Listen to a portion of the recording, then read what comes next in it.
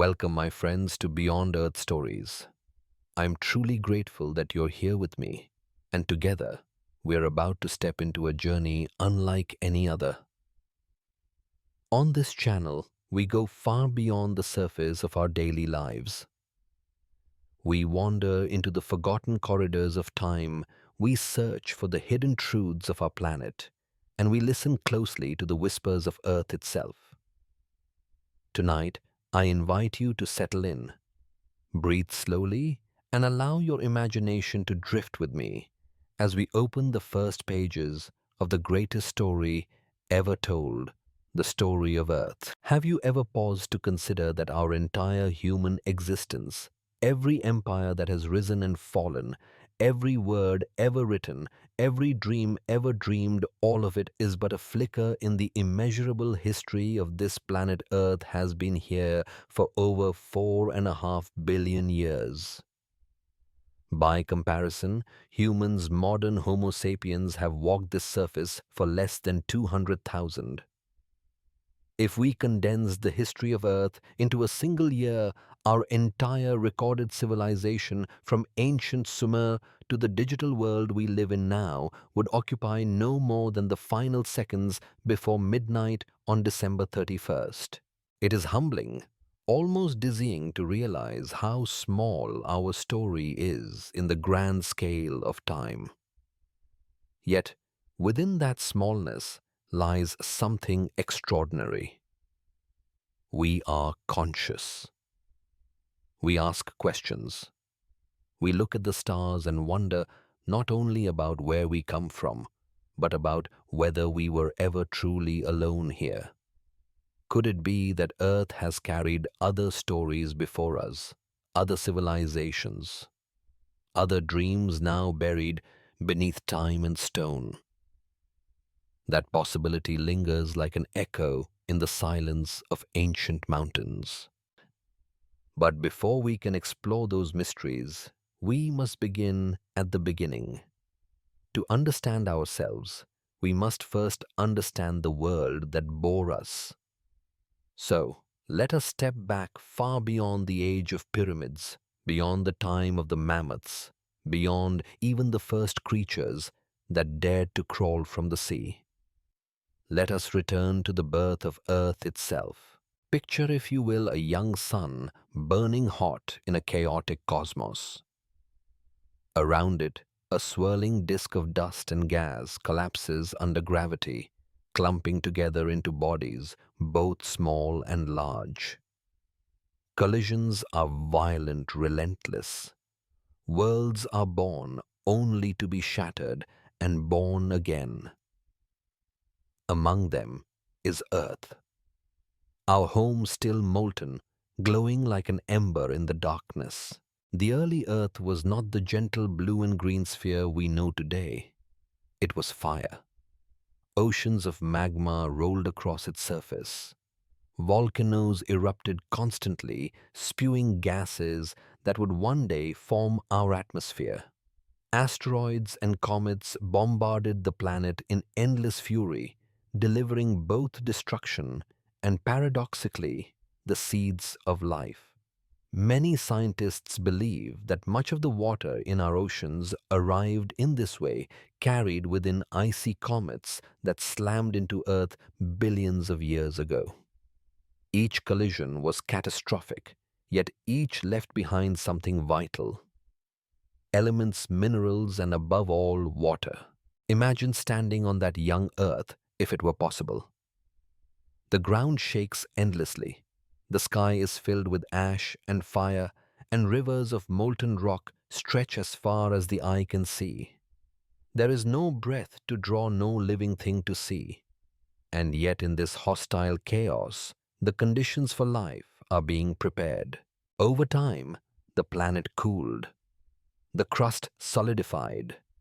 Rains fell for the first time, perhaps lasting for millions of years, filling the deep basins with water, creating oceans that would cradle the earliest life.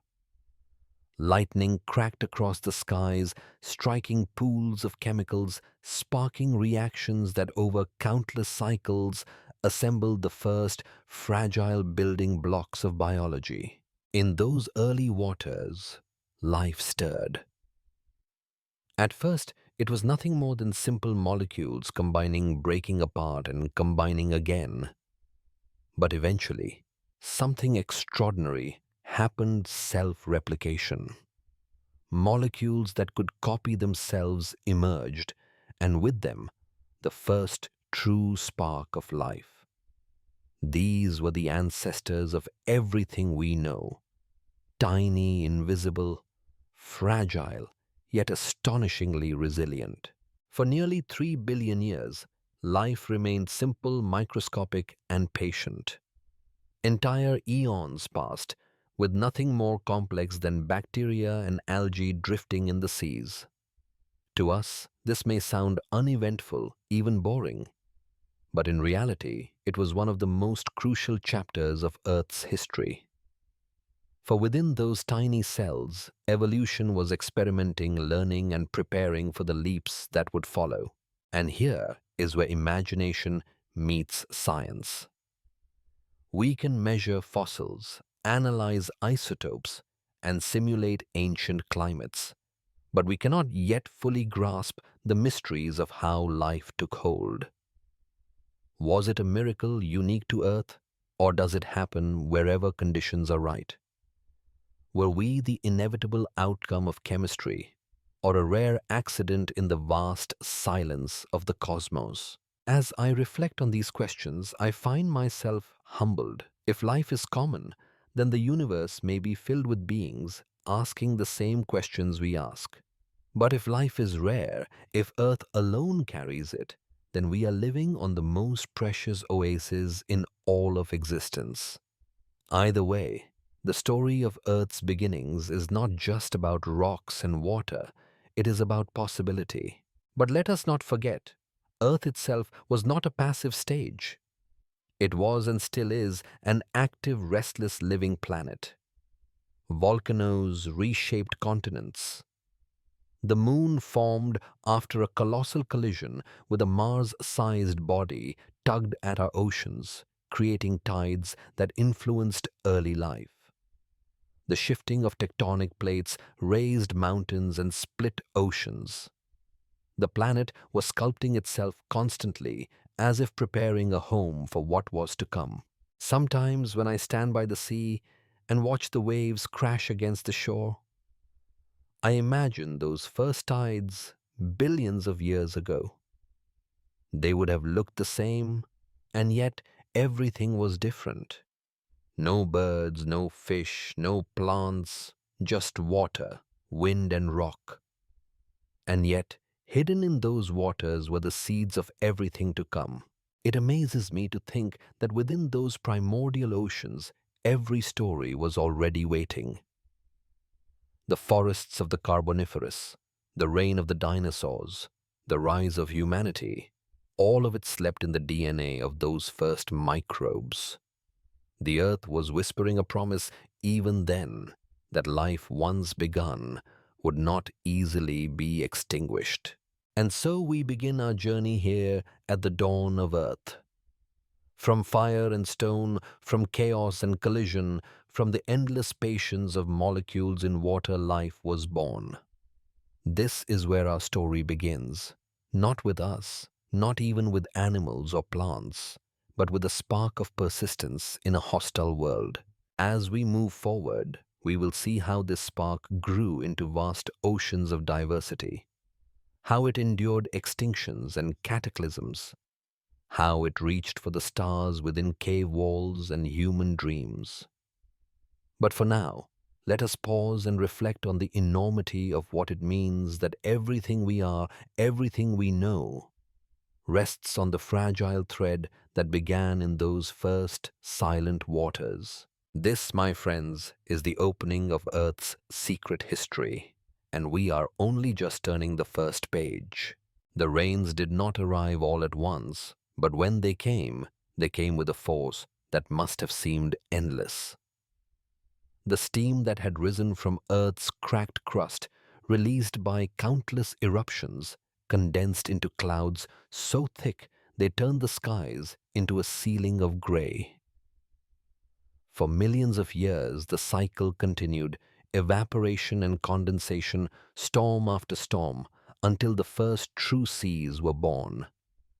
Those seas shimmered under a pale young sun, their waves restless and untamed, stretching wider with every century.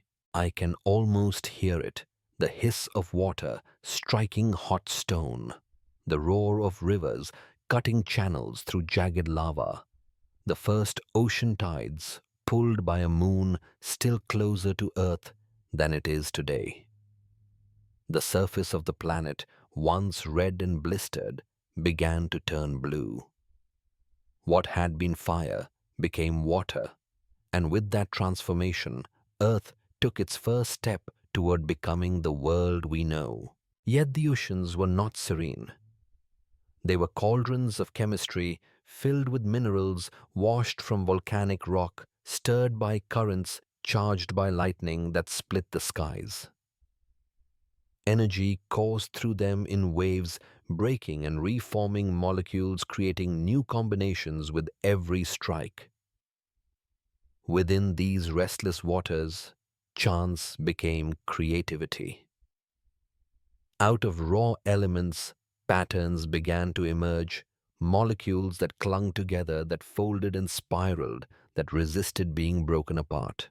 There must have been countless failures, combinations that formed for a heartbeat and dissolved again, fragile shapes lost to the depths. But nature is patient in a way we can hardly imagine. What failed a billion times might succeed once, and once was enough. Somewhere in those ancient seas, something extraordinary occurred, molecules that could copy themselves, holding within their fragile strands the potential of life itself. They were not alive in any sense we would recognize, no beating hearts, no thoughts, no purpose. Yet they carried the essence of what life would become, the ability to persist, to adapt, to change. These first replicators were like whispers in the silence of deep time, tiny signals that said, "Here in this water, something new has begun." As they multiplied, they changed their surroundings. Some absorbed energy from chemical reactions near volcanic vents. Others captured the faint warmth of sunlight filtering into shallow pools. Over generations measured not in years, but in millions of years, these molecules grew into cells protected by delicate membranes, floating like invisible seeds in the endless ocean. The Earth had shifted again. It was no longer merely a world of stone and water. It was a world that carried life. I often think about those first cells drifting unseen in seas, untouched by fish plants or any creature with eyes. Entire continents rose and fell. Entire mountain ranges eroded to dust while they simply divided, adapted, and endured. For nearly 3 billion years, the oceans belonged to them alone. They were the rulers of Earth not by force, but by resilience. And in their slow, steady persistence, they laid the foundation for everything that would come. The presence of water made their survival possible.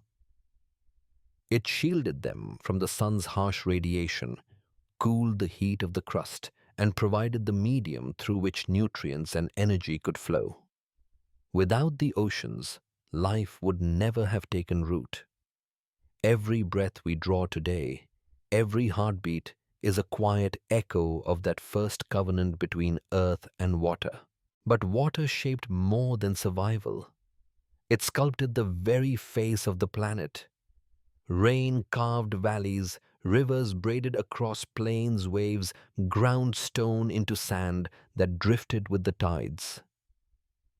The seas deepened and widened, reflecting the skies, catching the colors of dawn and dusk. They were not yet inhabited by creatures, but already they were alive with movement and transformation. There is something humbling in realizing that long before forests and deserts, long before mountains carried snow on their peaks, the oceans were Earth's first landscapes. To gaze at them now is to see not only beauty, but memory, the same waters, though recycled endlessly, that once cradled the first stirrings of life. Even as life remained simple, the oceans were preparing for greater things. Currents carried nutrients across vast distances, mixing chemicals that gave rise to diversity. Hydrothermal vents created pockets of heat in the cold abyss where reactions thrived in sheltered niches. Shallow tidal pools, warmed by the sun and enriched by minerals, provided another stage for experimentation. Everywhere, water flowed, possibility followed. And though we may never know exactly where it happened, whether in the darkness of deep-sea vents or the shallows of coastal pools, the emergence of self-sustaining, self-replicating life was the turning point that set Earth apart from countless barren worlds. The silence of rock had given way to the whisper of biology. I imagine what it must have been like, though.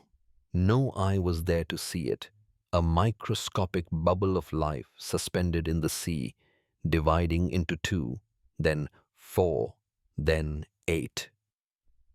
Nothing noticed, nothing celebrated yet. From that quiet act of replication stretched the unbroken thread that would lead billions of years later to every creature, every tree, every human being who has ever lived. The oceans were more than wombs. They were mirrors. They reflected the skies, yes, but they also reflected the restless energy of the planet itself. The tides pulled by the moon created rhythms that would one day shape the cycles of all living things. The storms churned their surfaces, stirring nutrients that would feed future generations of organisms. Water was not passive. It was dynamic, creative, and relentless. Even now, when I stand at the shore and listen to the waves, I hear echoes of those first restless seas. Their rhythm is ancient, older than mountains, older than life itself. Every tide carries the memory of beginnings. It is striking to me that in nearly every human story, across every culture, water holds sacred meaning. Myths speak of creation, from the sea of floods and rebirth of rivers that mark the boundary between life and death. Perhaps these stories persist because deep within us lies the memory of our origin. We are creatures of water. Our blood carries the same salts as the ancient seas. Our bodies are mostly water shaped by its cycles dependent on its flow. To honor water is in a sense to honor our own beginnings. But the oceans were not unchanging. They rose and fell with shifting continents, deepened as tectonic plates pulled apart, closed as they collided. Over billions of years, supercontinents formed and broke, always surrounded by water. Each shift created new coastlines, new currents, new environments where life could adapt in novel ways. The restlessness of Earth and the persistence of water worked together, shaping both land and life. Even then, extinctions occurred on small scales. Entire lineages of microbes must have risen and fallen, or to changes in chemistry or temperature. Yet the oceans endured, and with them, life endured. It is a reminder that survival is never guaranteed, but as long as water flows, possibility remains. And possibility was enough. In the vast silence of early Earth, something irreversible had begun. From oceans born of storm and fire, life emerged, fragile but determined. That life would transform the atmosphere, reshape the planet, and eventually climb from the seas, to walk on land, to look at the stars, to ask questions about its own origin. All of that lay in the future, but the foundation had been set. As I think of it, I realize that water is not only Earth's first gift, but its most enduring one. It connects us across time to the very beginning. Every drop of rain, every river, every wave carries within it the story of creation. And to listen to that story is to remember that we are part of something vast, ancient, and unbroken. In the quiet depths of those early oceans, time stretched beyond measure. The molecules that had once been nothing more than drifting patterns of chemistry began to arrange themselves with greater complexity. They folded into shapes that resisted breaking apart, protected by fragile membranes that kept them safe from the chaos outside. With each division, with each replication, they became less fragile, less fleeting. And in this gradual transformation, the first true cells emerged. They were small, beyond imagination, invisible even to the sharpest eyes we could dream of. Yet within their tiny boundaries, something profound had awakened persistence. These cells were no longer mere chemistry, they carried the spark of continuity.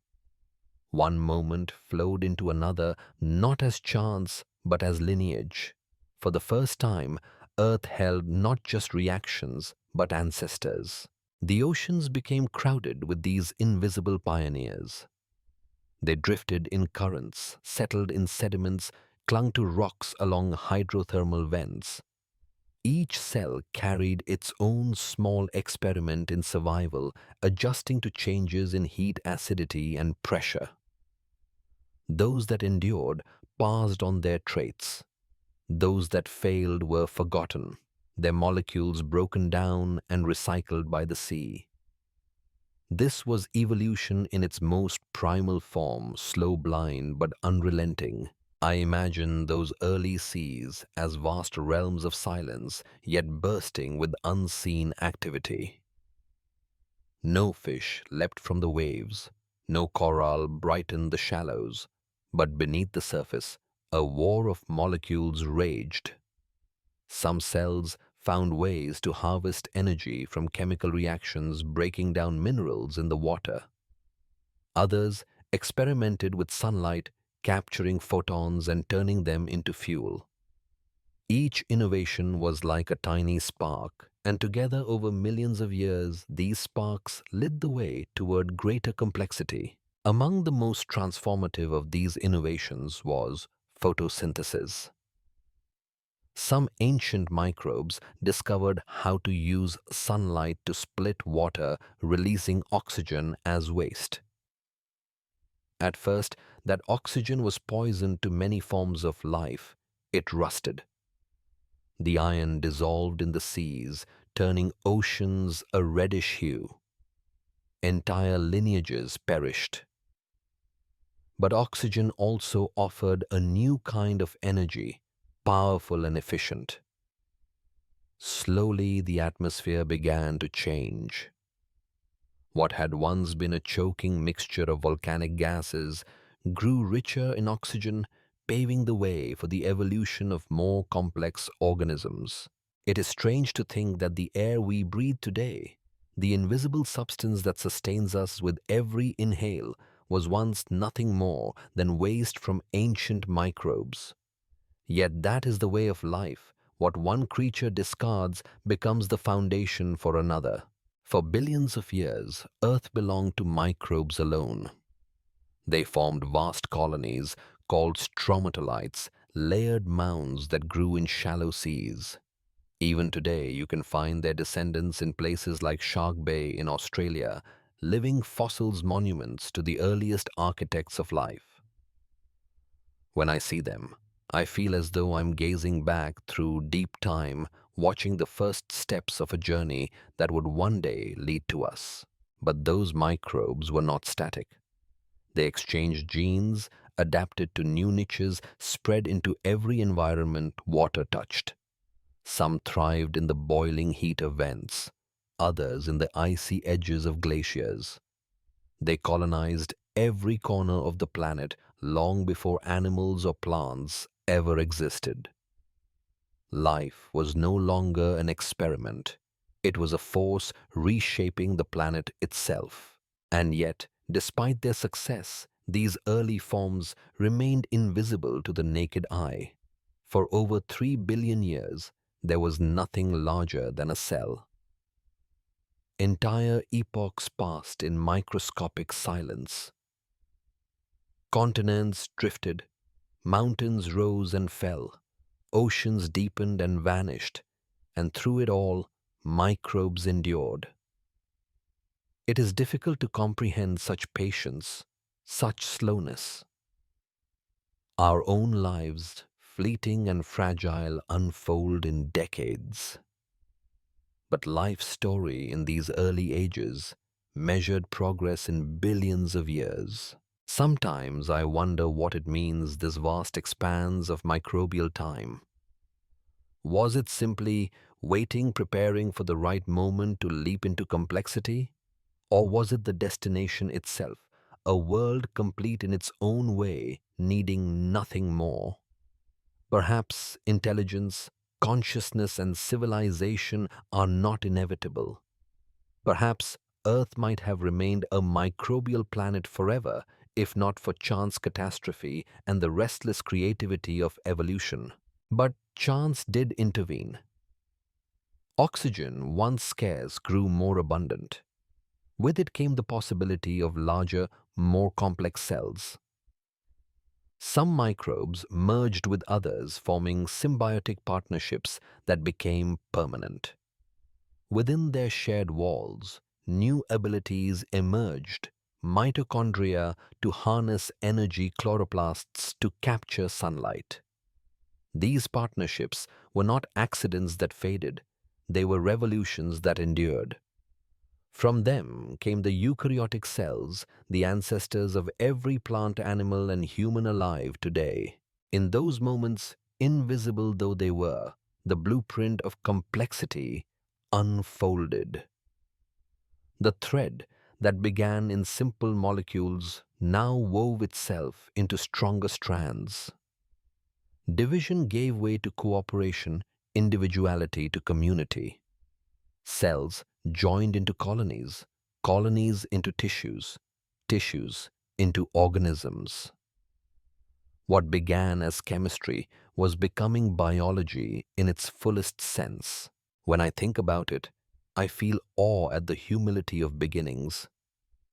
From the smallest, most fragile units, life built everything. There were no shortcuts, no leaps beyond the laws of nature. Just persistence, patience, and the endless experimentation of time. That is perhaps life's greatest lesson, that greatness begins in smallness and endurance is the root of creation. Even as complexity rose, microbes remained. They never vanished, never ceded their place. To this day, they are everywhere inside us, around us, beneath us. They are the invisible majority, the true rulers of Earth. Civilization may belong to humans, but life itself still belongs to the microbes. We are latecomers, guests in their ancient dominion. The dawn of life then was not a sudden sunrise, but a slow and patient unfolding stretching across billions of years. From molecules drifting in restless seas, to cells dividing in silence, to microbes reshaping the planet. Every step was both fragile and monumental. Without them, there would be no oxygen to breathe, no complex cells, no plants, no animals, no us. And so, as I close this part of the story, I find myself humbled once again. The oceans cradled life, not just as water, but as memory, as continuity. They carried the whispers of molecules, the resilience of microbes, the first breath of oxygen. In their depths, The future of Earth was written not in stone, but in cells small and persistent, waiting for their time to shape the world. The presence of oxygen was at first no blessing. To the fragile cells that had thrived for billions of years in its absence, oxygen was a poison. It corroded it, burned it, destabilized delicate chemical bonds. Entire lineages of microbes comfortable in the low oxygen seas were driven to extinction as the gas crept higher in concentration.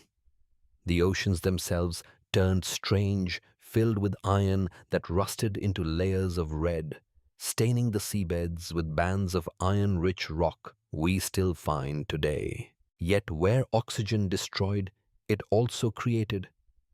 Some cells discovered how to survive it, even how to use it. What had once been a toxic threat became a source of energy far greater than any that had come before. Oxygen allowed cells to burn fuel more efficiently, to grow larger, to form more complex structures. It was both a trial and an opportunity, a transformation so vast that it reshaped not only life, but the entire planet. The air itself changed. From a suffocating mixture of methane and carbon dioxide, the atmosphere grew rich in oxygen, thin but vital. For the first time, the sky turned a deeper shade of blue. The ozone layer formed, shielding the surface from lethal ultraviolet rays. The seas, once dark with dissolved metals, cleared and sparkled. Earth was not the same world it had been. It was brighter, cleaner, more inviting. In this new world, life began to experiment with forms that had never existed before. Larger cells with nuclei and organelles appeared, carrying within them the potential for endless variety. These eukaryotes were the architects of complexity, and oxygen was their fuel. They built stronger membranes, more intricate internal systems, and most importantly, they learned to work together. Some joined into colonies, others into multicellular organisms. What had begun as scattered whispers in the water was gathering into a chorus. I imagine what it must have looked like, though no eyes were there to see it. Microscopic organisms drifting in currents, forming filaments, mats, and tiny clusters that hinted at shapes to come. Silent revolutions unfolding in every droplet as cells learned the language of cooperation. None of it visible to the surface world of waves and storms, yet all of it crucial to the unfolding of Earth's future. The oxygenation of the atmosphere was not a single moment, but a long, uneven rise. Sometimes it spiked, sometimes it stalled, sometimes it dropped back to near nothing. Each fluctuation tested life, wiping out some lineages, pushing others to adapt. It was a crucible of change, one that forged resilience into the very fabric of biology. By the time oxygen stabilized at higher levels, the planet was transformed, and so was its living inhabitants. With oxygen came not only survival, but possibility. Energy that once limited life to small, simple forms could now support size, movement, and complexity. The foundations for future ecosystems were being laid, though they remained invisible for now. For hundreds of millions of years, life remained mostly microscopic. But the groundwork had been prepared. When the moment of expansion came, it would be explosive. What strikes me most about this transformation is how it illustrates the paradox of progress. What begins as catastrophe becomes opportunity. What seems like an end becomes a beginning. Oxygen nearly destroyed life, yet it became the very breath of every plant and animal that followed. It is a reminder that change, however violent, carries within it the seeds of creation. The great oxidation did more than alter biology. It altered geology, atmosphere, and climate. The iron formations buried in ancient rocks are its scars, the ozone layer, its shield, the blue skies, its signature. Every breath we take is a direct inheritance from that ancient revolution. And though it unfolded billions of years ago, we live within its legacy every moment. As I think about this, I realize how fragile our existence is. Had oxygen never risen, had photosynthetic microbes never captured light, the Earth might have remained a microbial world forever. No forests, no animals, no humans, only endless seas of single-celled organisms. The fact that we are here at all rests on the unlikely patient work of tiny creatures long forgotten. Sometimes, when I breathe deeply and feel the air fill my lungs, I wonder if those ancient microbes could ever have imagined what their waste product would become. Of course, they had no consciousness, no foresight. Yet their survival reshaped a planet. Without intent, without plan, they set the stage for intelligence, creativity, and civilization. The air itself is their monument. Life has always been shaped by what it cannot control: the tilt of the planet, the pull of the moon, the chemistry of the air. Oxygen was one of those uncontrollable forces. Yet, in adapting to it, life proved its greatest strength, the ability to transform challenge into opportunity. That ability, born in the silent depths of ancient seas, remains within us still. And so the story moved forward. From molecules to microbes, from poison to possibility, from a world without air to a world filled with it, Earth had taken another step. The seas that once shimmered with invisible cells now carried the breath of the future. And in that breath lay the promise of creatures, yet unimagined creatures, that would swim, crawl, walk, and eventually wonder about the story of their own beginnings. The seas had carried life quietly for billions of years. But when the time came, silence gave way to a bloom so sudden and so astonishing that it forever changed the rhythm of evolution. This was the Cambrian, an age when the oceans became crowded with forms of life no planet had ever seen before. What had once been invisible became visible, what had once been simple became elaborate, and what had once been passive began to move with intention. At first glance, the transformation might seem almost magical. For 3 billion years, Earth had been a microbial world, its oceans inhabited only by bacteria and single-celled eukaryotes. Then, within a span of perhaps 20 million years, a blink compared to the vast ages that had come before, life diversified into a dazzling variety of forms, creatures with eyes, with shells, with legs, with claws. It was as if the planet, after an eternity of preparation, had suddenly decided to paint in color rather than shades of gray. The seas swarmed with trilobites, armored beings crawling across the seafloor in countless shapes and sizes. Worms tunneled through sediments, leaving trails that told of movement, hunger, and exploration. Sponges built reefs that rose like underwater cities. Some creatures grew spines for defense, others developed jaws to bite. Eyes appeared, granting vision where before there had only been blind drifting. For the first time, predator and prey locked into an eternal dance, each shaping the other in an arms race that would never end. I imagine what it must have been like to stand at the shore of a Cambrian sea, though no human would exist for 500 million years. The water would have looked much the same as it does now. Waves curling and crashing under the sun, But beneath the surface was a world unrecognizable.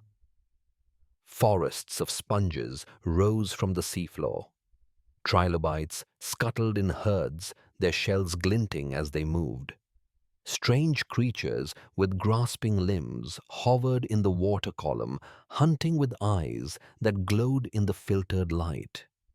To dive into those waters would be to enter an alien realm, though one that was undeniably our own.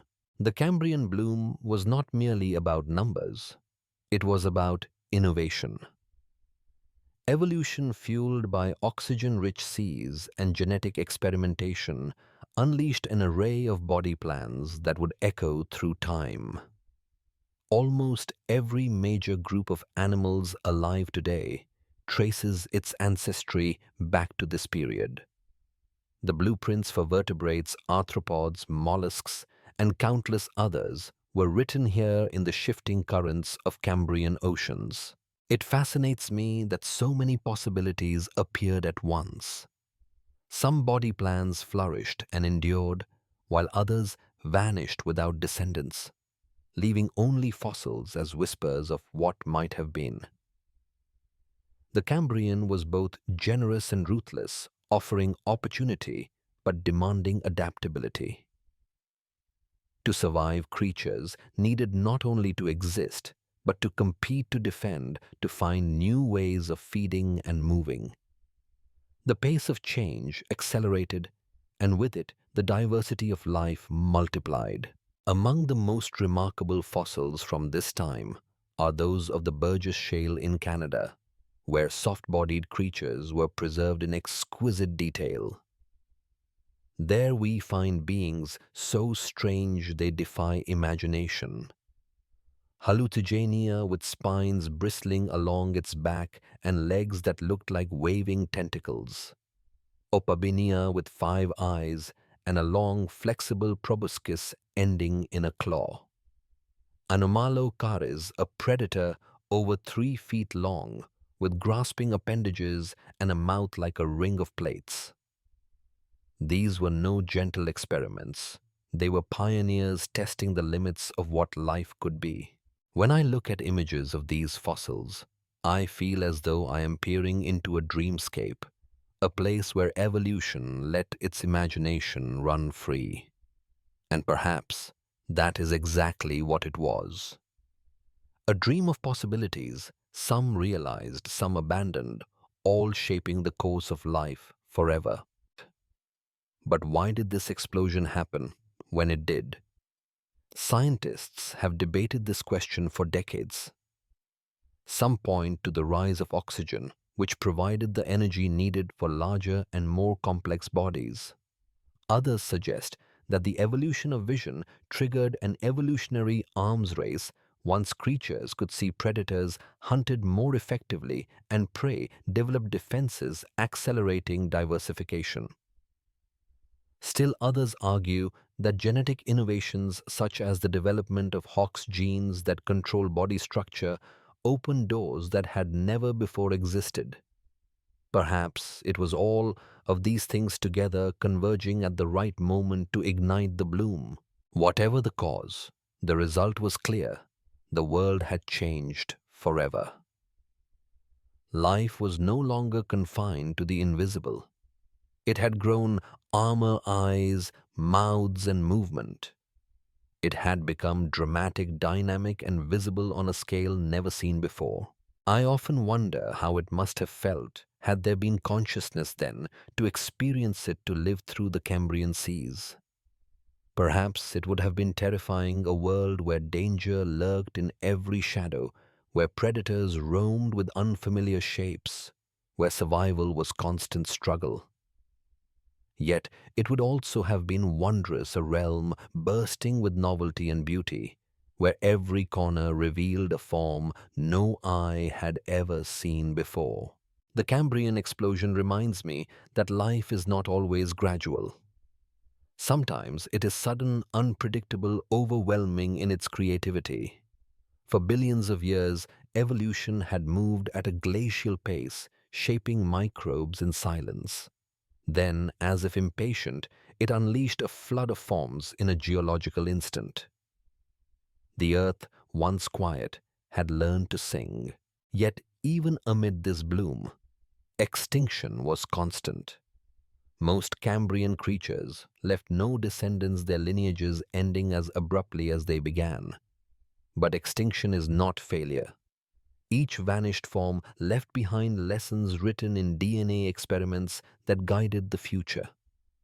What survived carried the memory of those that did not, weaving their contributions into the great tapestry of life. And through it all, water remained the stage. The oceans carried this drama, nurtured it, and sustained it. Waves that once cradled silent molecules now supported bustling ecosystems. Currents that once stirred chemistry now carried predators and prey. The seas had become theaters of survival, and Earth itself had become a planet alive with drama.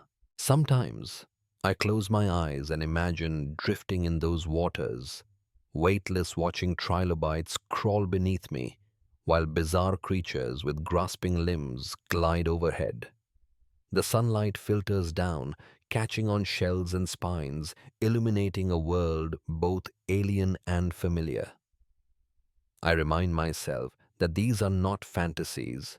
They are history written in stone, carved into the fossils that scientists uncover with careful hands. We are not separate from them. We are their descendants. The shapes they pioneered, the struggles they endured, the victories they won, they live on in us. The Cambrian bloom was the dawn of animal life, and with it, the dawn of complexity as we know it.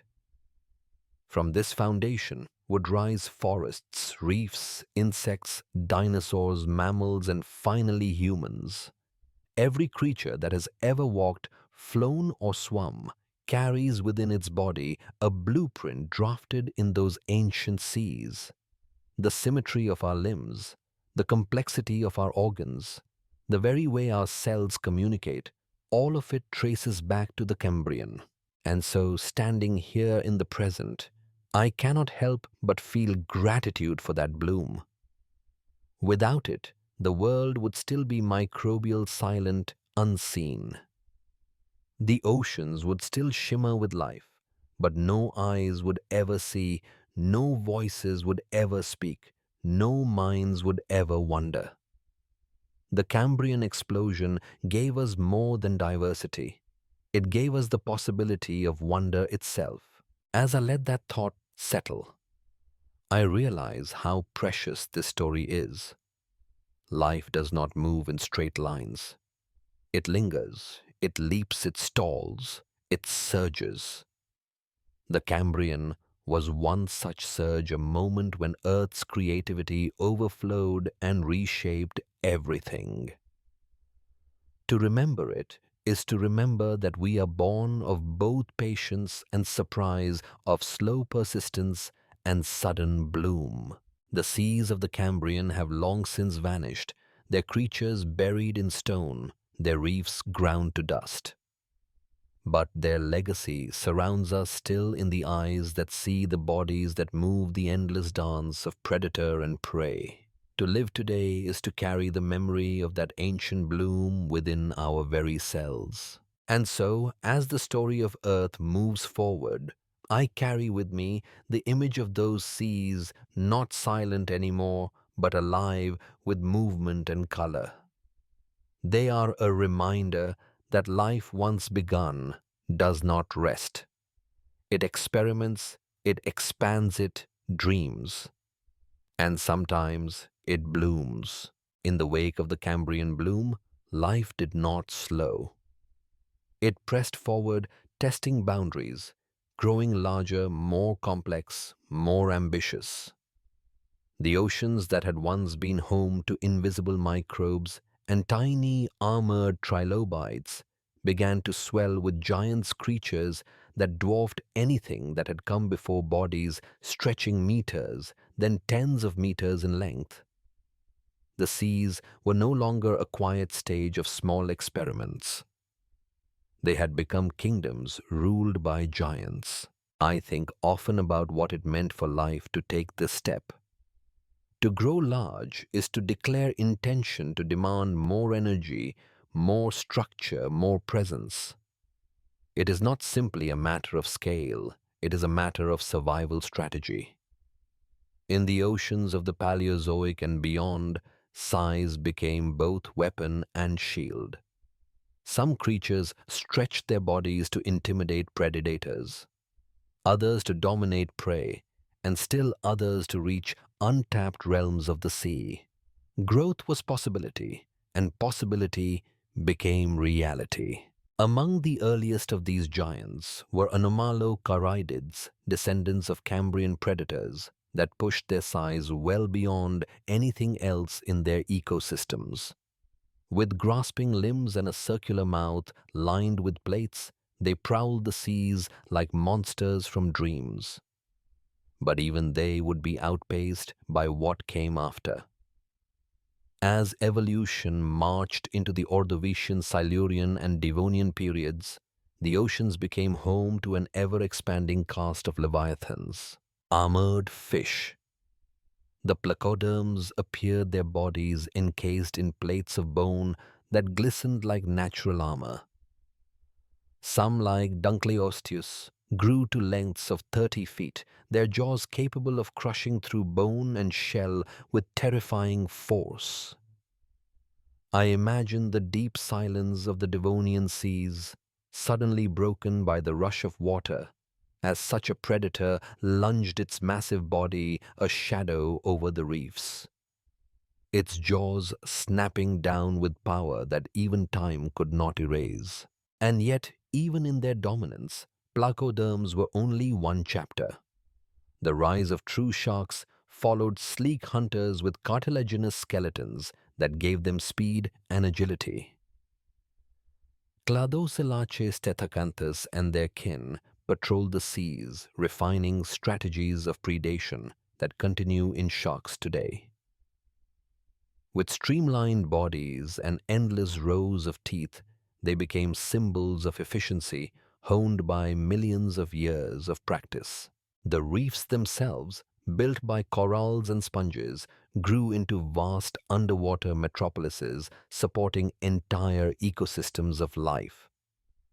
Cephalopods, ancestors of modern squids and octopuses, extended their reach, some growing shells that spiraled outward in elegant coils, others stretching into straight cones that could reach several meters long. These early cephalopods became the giants of their time, drifting and hunting with intelligence that foreshadowed the cunning of their descendants. But the age of sea giants was not only about predators. Filter-feeding creatures also began to expand in scale, taking advantage of the ocean's richness. Some trilobites grew massive, grazing across the seafloor in herds. Others developed spines and elaborate armor, a reminder that in a world of giants, defense was as necessary as offense. Every adaptation was a response to the growing complexity of the ecosystem, a chess game played out in flesh and bone. As I imagine those ancient seas, I feel their density, life packed into every layer, from the shallow reefs to the open waters, from the muddy floors to the drifting plankton above. Schools of armored fish gliding together like armored fleets, sharks weaving through them with predatory precision, cephalopods spiraling through the depths with shells that glowed faintly in the filtered sunlight.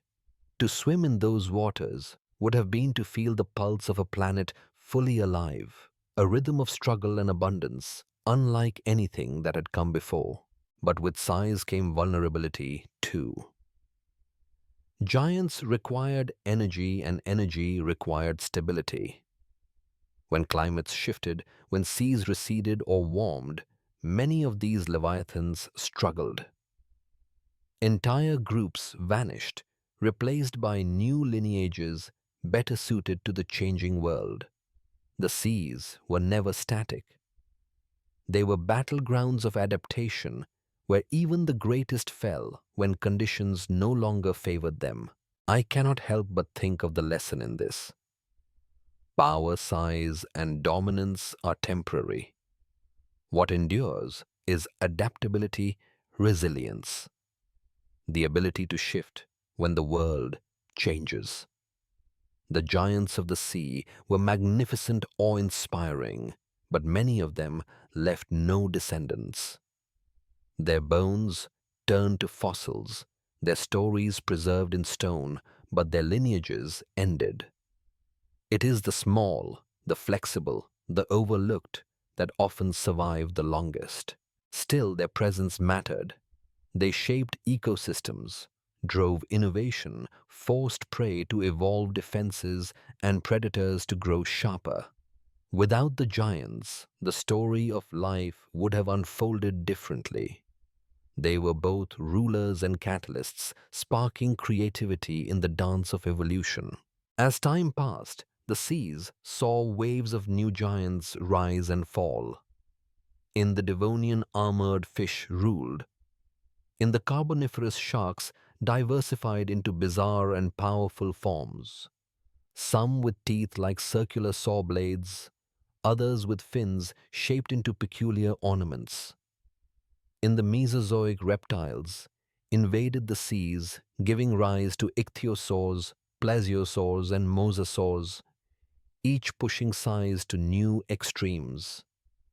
And much later in the age we call the Cenozoic, mammals returned to the water, and whales became the greatest giants Earth has ever known.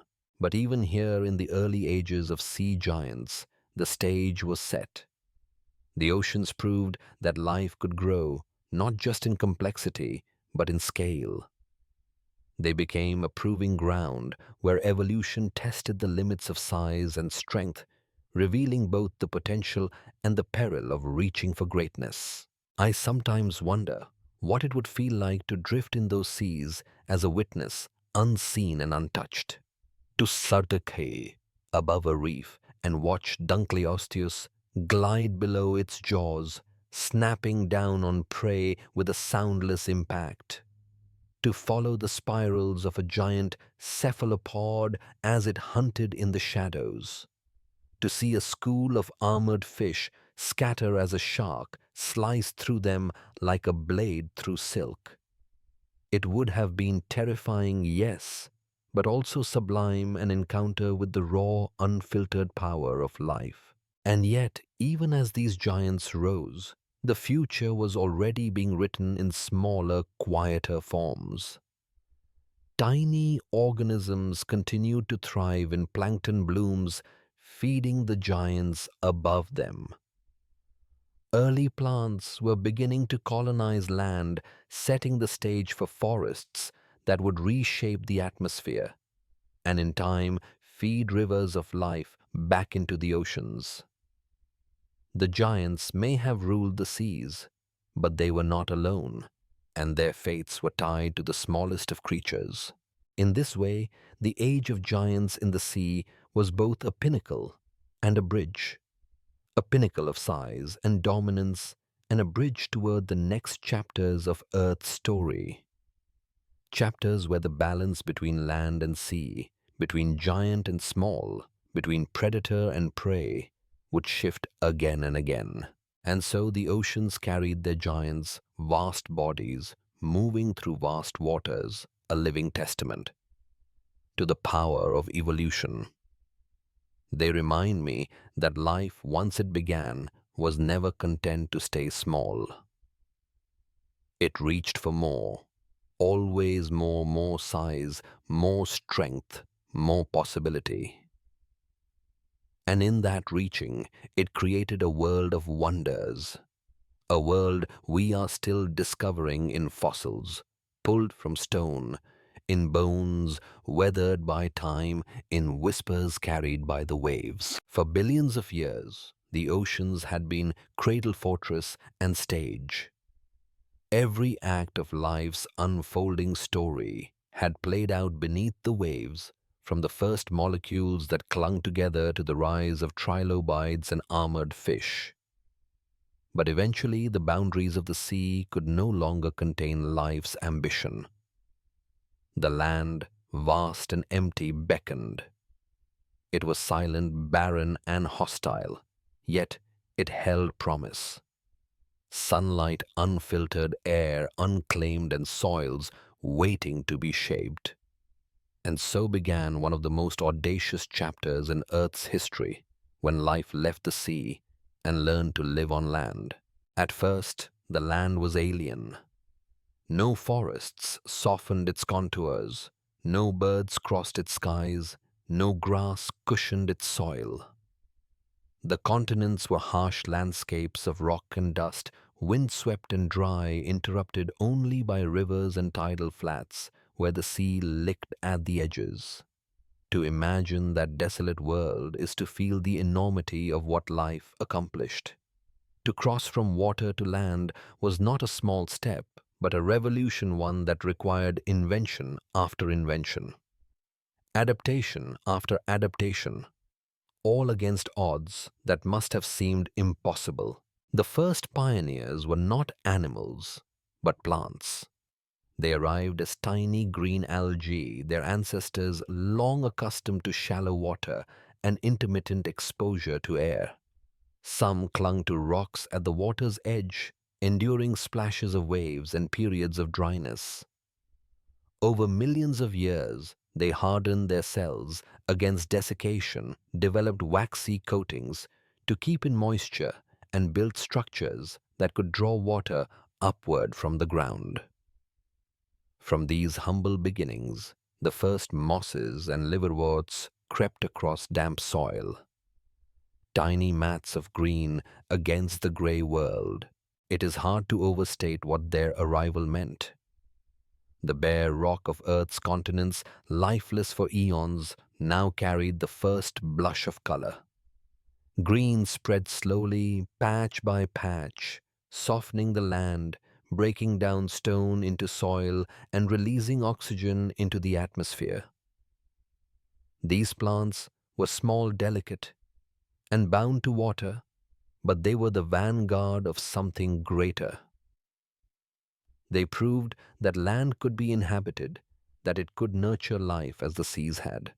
Following them came fungi weaving partnerships with plants, exchanging nutrients for energy in a quiet alliance that continues to this day.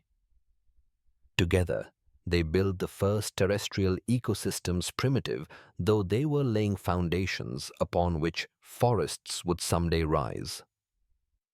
In time, vascular plants appeared, their stems stiffened by lignin, able to grow taller and transport water through their tissues. From them came ferns and horsetails, stretching higher, casting shadows on the ground. Forests of club mosses and giant ferns grew, their trunks rising like pillars, their canopies shading swamps below. The land, once barren, had become alive, but plants were only the beginning. Soon, animals followed.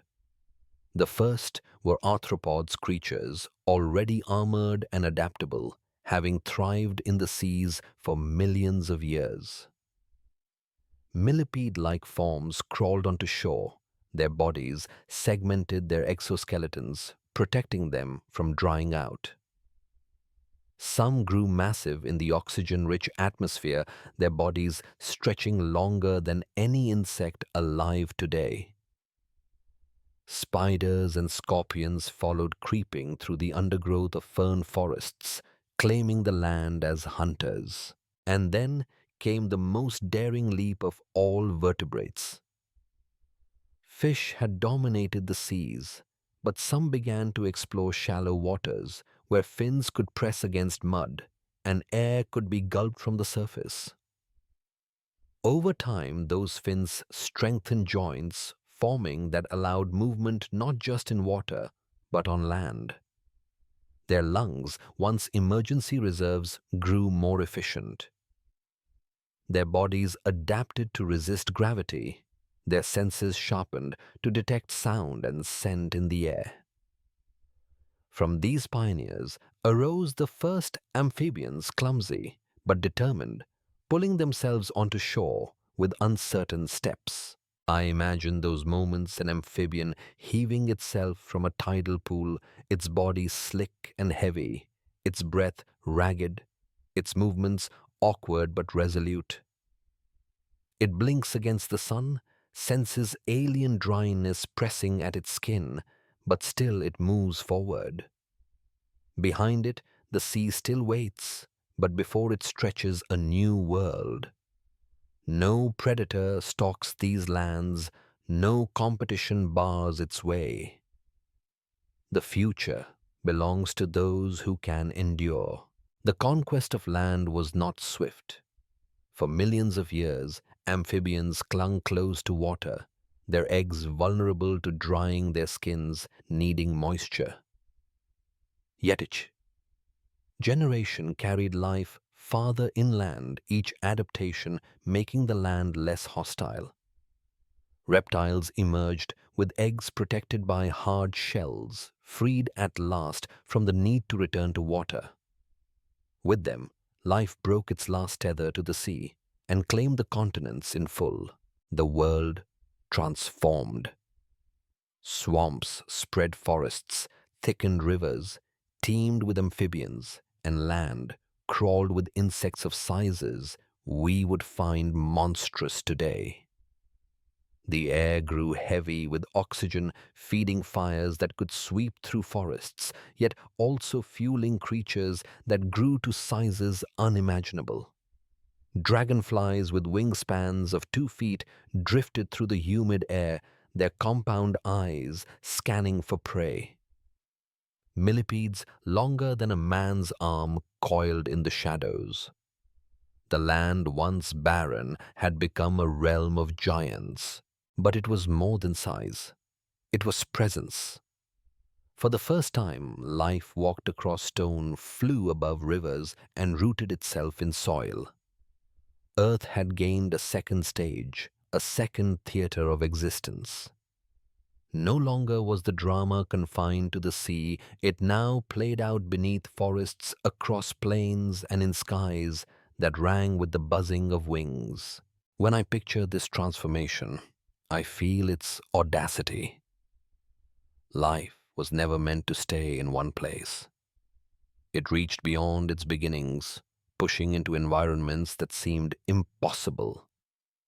Every challenge, dryness, gravity, exposure, was answered with invention. Leaves to catch sunlight, roots to draw water, shells to protect young lungs to breathe air. Each adaptation was a step forward, a declaration that no frontier was closed forever. And yet, even in this conquest, the seas remained essential. Rivers carried nutrients from forests back to the oceans. Rain drawn by plants into the atmosphere cycled endlessly. The land did not replace the sea. It expanded the canvas of life. Together, ocean and continent created a richer, more dynamic earth, one where ecosystems intertwined in ways that bound them inseparably. Sometimes I walk through forests today and try to see them as they must have looked then. The trees are different. The creatures new, but the essence remains, life pushing upward, outward, always striving. Every root in the soil, every leaf catching the light is a continuation of that first daring step onto land. We are surrounded by reminders of courage, written not in words, but in branches and wings, in scales and shells. The conquest of land was not inevitable, nor was it easy. It was a gamble, one that demanded change at every level of existence. But it succeeded, and because it did, the earth became what we know. Our world of forests, mountains, plains, and skies, alive with birds, all of it rests on the shoulders of those first plants, those first insects, those first amphibians who crawled out of the sea and refused to turn back. And so the land was no longer empty. It was alive, and life would never relinquish it. The continents had been claimed, and with them the story of Earth entered a new chapter, one where creatures would walk and run, where forests would rise and fall, and where the stage was set for still greater dramas yet to come. The forests had risen, the air had thickened with oxygen, and the land was no longer a barren expanse. But as life expanded across the continents, a new kind of creature emerged to take command: reptiles, with their eggs sealed against the dangers of dryness, their bodies built for independence, and their potential written in every scale. From these resilient pioneers, a lineage arose that would dominate Earth for nearly 200 million years. This was their world, the age of reptiles when dinosaurs ruled. The earliest reptiles were small, unassuming beings scurrying through the shadows of carboniferous forests. They were survivors, finding opportunities where amphibians faltered. Unlike amphibians tied to water by soft eggs, and vulnerable skin reptiles carried their young in shells hard enough to withstand dryness, strong enough to resist damage. This simple adaptation was revolutionary. It freed them from rivers and swamps, gave them access to arid plains and uplands, and allowed them to march where amphibians could not. With that one innovation, reptiles unlocked the continents, and from that foundation they grew. By the time the Permian period dawned, reptiles had diversified into strange and powerful forms. Sail-backed Admeter, Dimetrodon prowled riverbanks, its spine rising like a great fin above its body. Massive parasaurs lumbered across floodplains, their hides studded with bony knobs. The Earth was a stage of experimentation, with reptiles taking shapes that seemed bizarre. Yet each was a test of survival in shifting climates. But the age of reptiles would not truly begin until after catastrophe. At the end of the Permian, the greatest mass extinction in Earth's history struck. Volcanic eruptions unleashed floods of lava, poisoning the air with carbon dioxide and methane, heating the planet, acidifying the seas. Over 90% of life vanished. Forests fell silent. Oceans emptied, and once crowded plains became graveyards. In the wake of such devastation, the world was empty, scarred and waiting for something new to rise. That something was the dinosaurs. From small, lightly built ancestors, they emerged in the Triassic period, quick and agile. Their bodies adapted for running their lungs, efficient for drawing oxygen in a warming world. At first, they were only one among many reptile groups, overshadowed by crocodile-like archosaurs and armored herbivores. But as extinctions trimmed their rivals, dinosaurs seized the open niches. They grew larger, more varied, more ambitious, until by the Jurassic they towered over the land. To walk among them would have been to feel small, insignificant, and awestruck. Sauropods rose like living mountains, their necks sweeping through the treetops, their legs as thick as tree trunks, their bodies stretching over 100 feet. Herds of them moved across floodplains like migrating forests, each step a tremor in the ground. Predators stalked them, massive theropods with teeth long as knives, jaws built for crushing, and eyes sharp with hunger. The Earth was no longer the world of amphibians or early reptiles. It was a realm of giants, of thunderous footsteps and roars that echoed across valleys. And yet, not all dinosaurs were giants. Some were small and swift, darting between ferns, hunting insects and scavenging scraps. Others took to the skies, evolving feathers that shimmered in sunlight, transforming scales into plumes, wings into instruments of flight. The first true birds rose from among them, their cries breaking the silence of dawns that no mammal had yet claimed. Dinosaurs filled every niche: grazers, hunters, swimmers, flyers. They were the architects of ecosystems so rich they reshaped entire continents.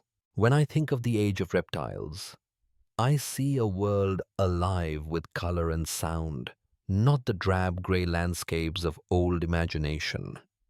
Feathers glowed with iridescence, scales shimmered in shades of green and gold, forests thrived with ferns, cycads, and towering conifers. Insects buzzed in clouds, rivers teemed with crocodiles, and skies darkened with flocks of pterosaurs. It was not a primitive world, but a vibrant living masterpiece. For millions upon millions of years, dinosaurs reigned. They adapted through droughts and floods, through shifting continents and changing climates. They survived volcanic outbursts, asteroid impacts smaller than the one to come, and the slow grinding of time. Their story was not one of fragility, but of persistence, of mastery. Humanity measures time in centuries, civilizations in millennia. Dinosaurs ruled for more than 150 million years, longer than our entire species has yet existed. And in their reign, they did more than survive. They flourished. Sauropods pushed the limits of size, evolving complex systems of air sacs that kept their massive bodies alive. Predators like Allosaurus and later Tyrannosaurus honed hunting to an art, their senses keen, their muscles powerful. Small feathered dinosaurs refined flight, creating blueprints for birds that would outlive them. They were not creatures frozen in time, but innovators, always adapting, always pushing boundaries. Yet even in their glory, shadows gathered. The earth has always been a place of cycles of rise and fall, and no dominion is eternal. When the Cretaceous period dawned, flowering plants spread across the land, transforming ecosystems, changing diets, reshaping landscapes. Dinosaurs adapted, some growing specialized jaws, others shrinking into forms more efficient. But evolution's clock was ticking toward catastrophe, a catastrophe that no innovation could prevent. I often wonder what it would feel like to stand in a Cretaceous meadow, flowers bright under the sun, herds of hadrosaurs grazing pterosaurs, wheeling overhead, a tyrannosaurus stalking in the distance. The air would smell of resin and fern. The ground tremble under footsteps heavier than any machine we've built. It would be alien, yes, but also familiar for the forests, the rivers, the skies.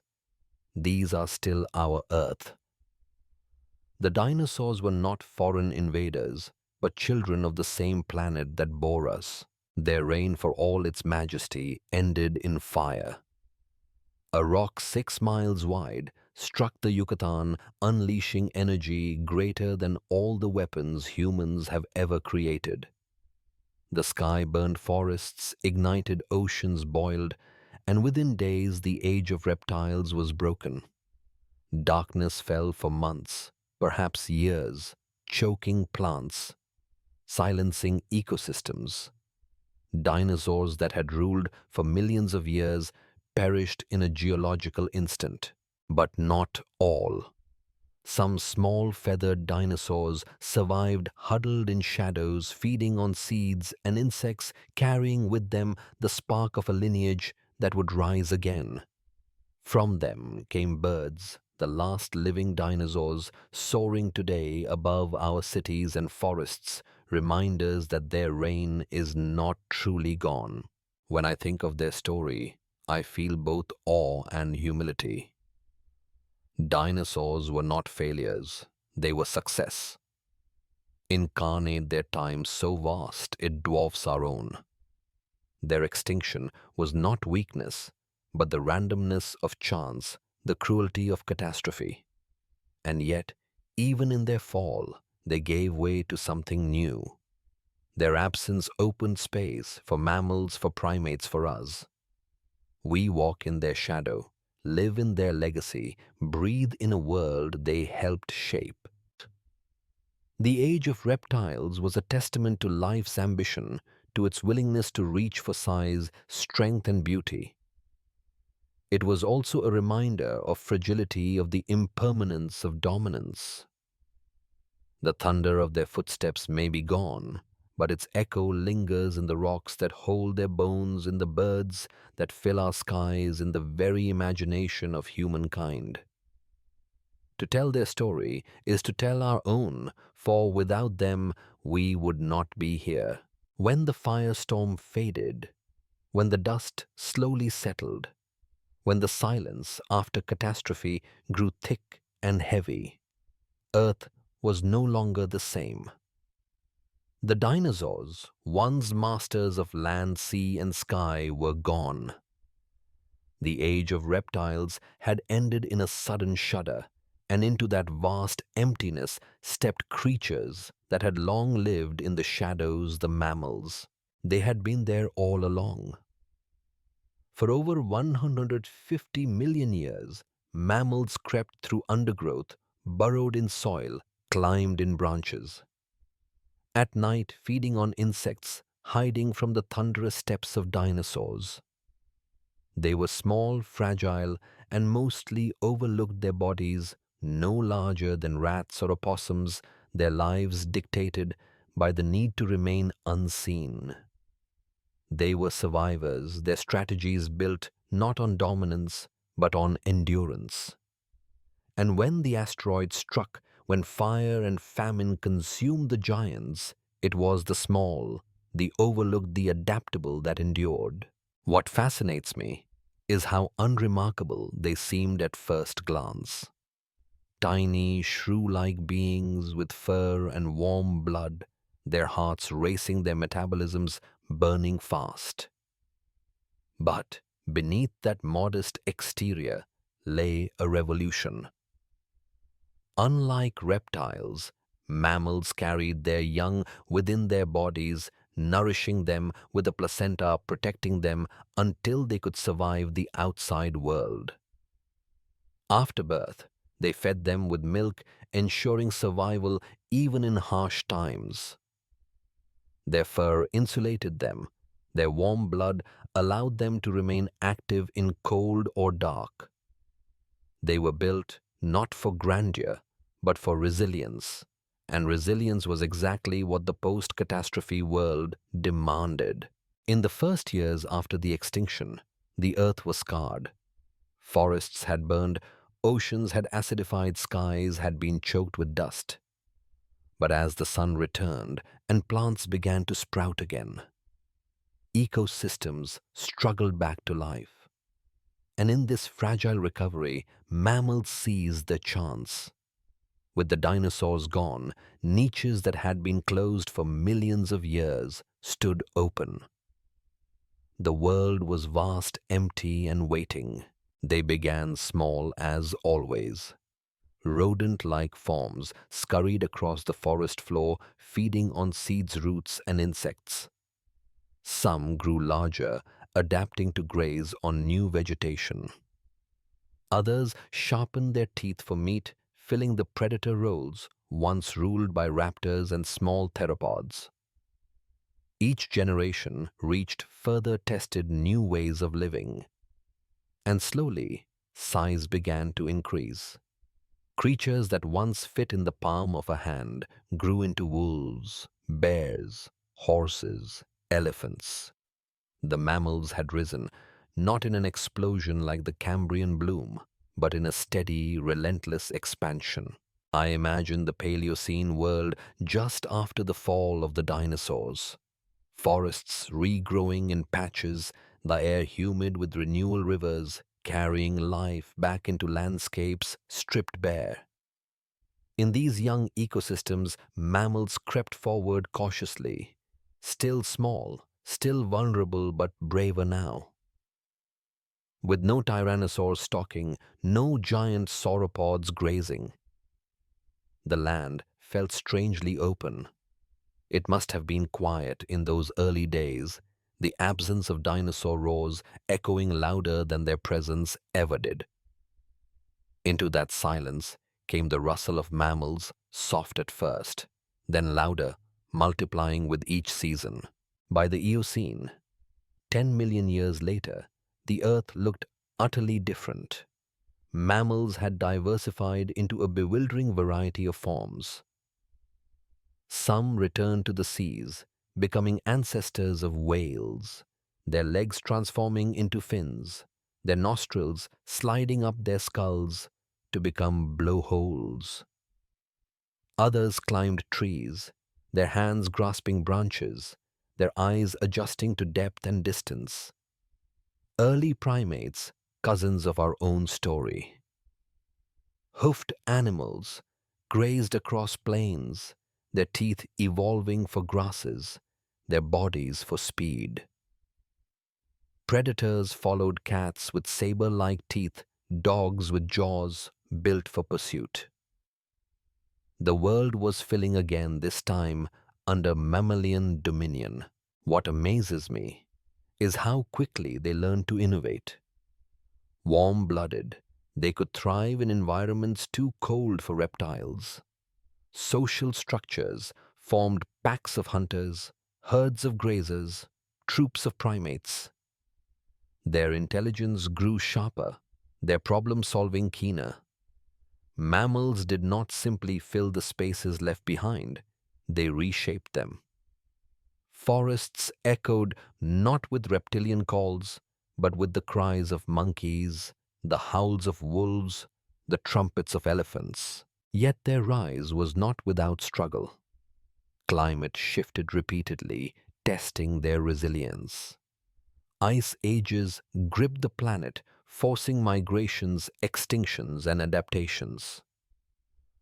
Continents drifted mountain ranges, rose oceans narrowed and widened. In each change, some mammals perished.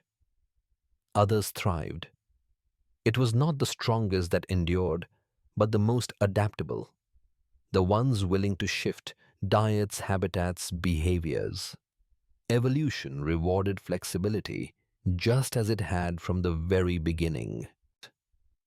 The story of mammals is not just one of biology, but of persistence.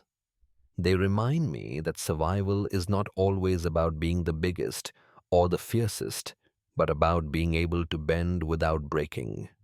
A small rodent can outlast a giant if it can find food in the dark, if it can hide in burrows, if it can breed quickly enough to recover. This was the lesson written into mammals from the moment they lived in the shadows of dinosaurs. And it was the lesson that carried them into dominance. Among the mammals, one lineage began to stand apart. Primates, creatures with grasping hands, forward-facing eyes, and growing intelligence, ventured into trees, then onto plains, experimenting with cooperation, communication, and curiosity. From them eventually came humans. But in this moment of the story, humanity was still millions of years away. For now, the stage belonged to creatures whose diversity rivaled the dinosaurs themselves. When I walk through a modern forest, I see them everywhere, the descendants of those early mammals carrying ancient strategies in every movement. The squirrel leaping from branch to branch, the deer grazing in a clearing, the wolf padding silently through underbrush. All of them are echoes of a time when mammals first tested their strength. And above them, a bird takes flight, the last dinosaur watching over the rise of its replacements. The transition from shadows to survival was not sudden, but gradual, patient, relentless. Mammals did not conquer the earth with thunder, but with persistence. They endured when giants fell. They adapted when climates shifted. They seized chances when they came. And in their rise, they carried the seeds of intelligence, of emotion, of consciousness itself. This was the beginning of our story. Though we were not yet written into it, the mammals laid the groundwork. Social bonds, problem-solving, adaptability that would one day blossom into the human journey. But even without us, their story is one of triumph, a reminder that life does not need grandeur to succeed. Sometimes all it needs is to survive long enough to see opportunity and to be ready when it comes. The story of mammals had unfolded for tens of millions of years, filling the earth with endless variety. Hooves thundered across plains, tusks tore through forests, claws raked across river banks, and songs echoed from the seas. But somewhere among these countless forms, one small branch of primates began to stir with possibilities no other creature had yet tested. They did not grow the sharpest claws, nor the longest fangs, nor the swiftest legs. Instead, they carried something invisible, fragile, and yet more powerful than any weapon: the seeds of thought. In the shaded canopies of Miocene forests, where vines draped heavy and leaves filtered sunlight into shifting patterns, our earliest ancestors moved carefully from branch to branch. Their hands curled around wood with precision, their eyes looked forward, judging distance, their bodies swayed with balance, learned through generations. These creatures, ape-like, curious, restless, were not yet human. But in their grasping fingers and widening vision, I see the outlines of who we would become. The forest was their cradle. It gave fruit to pluck, insects to eat, and cover from predators. Yet forests also demanded awareness. To leap from one branch to another required judgment, timing, and memory. To know which fruit ripened and which poisoned required learning, sometimes painfully earned. Intelligence was no luxury here. It was survival. And slowly that intelligence grew. But forests are never eternal. Climate shifted again, as it always has. Rain diminished, forests thinned, and grasslands stretched wider across continents. Where once there had been endless canopy, there were now open savannas, broken by scattered trees and tall grasses. For primates who had known safety in branches, the ground was dangerous, exposed, uncertain. Yet some of them climbed down, stepping cautiously onto the earth below, trading the vertical world for the horizontal. With that step, the human dawn began. I try to imagine that first descent, the moment when one of our ancestors' fur, still thick body, still shaped for climbing, placed its foot on grass and did not return immediately to the branches. The air must have felt different, the view broader, the dangers closer. But there was also opportunity, new foods on the ground, new paths to travel, new horizons.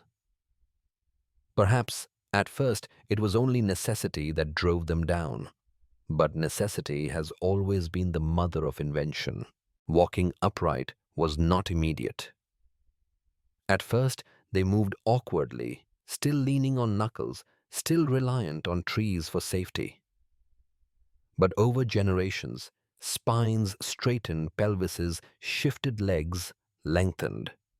Bipedalism emerged, not as a sudden leap, but as a gradual adaptation, each step freeing hands to carry, to throw, to hold. The very balance of the body changed, and with it the possibilities of what those hands could do. With hands free, tools became extensions of flesh. At first, simple stones used to crack nuts or smash bones. Later, sharper flakes chipped from rock blades that could cut meat, scrape hides, carve wood. Fire came after first stolen from lightning strikes or volcanic bursts, then eventually coaxed into existence by sparks. To control fire was to change the rules entirely. Nights no longer belonged only to predators. Food could be cooked, made softer, safer, richer. Cold could be driven away. Stories could be told in flickering light. Fire turned the darkness into a circle of safety and possibility. Every tool, every flame, every new behavior pushed our ancestors further from the world of instinct into the world of invention.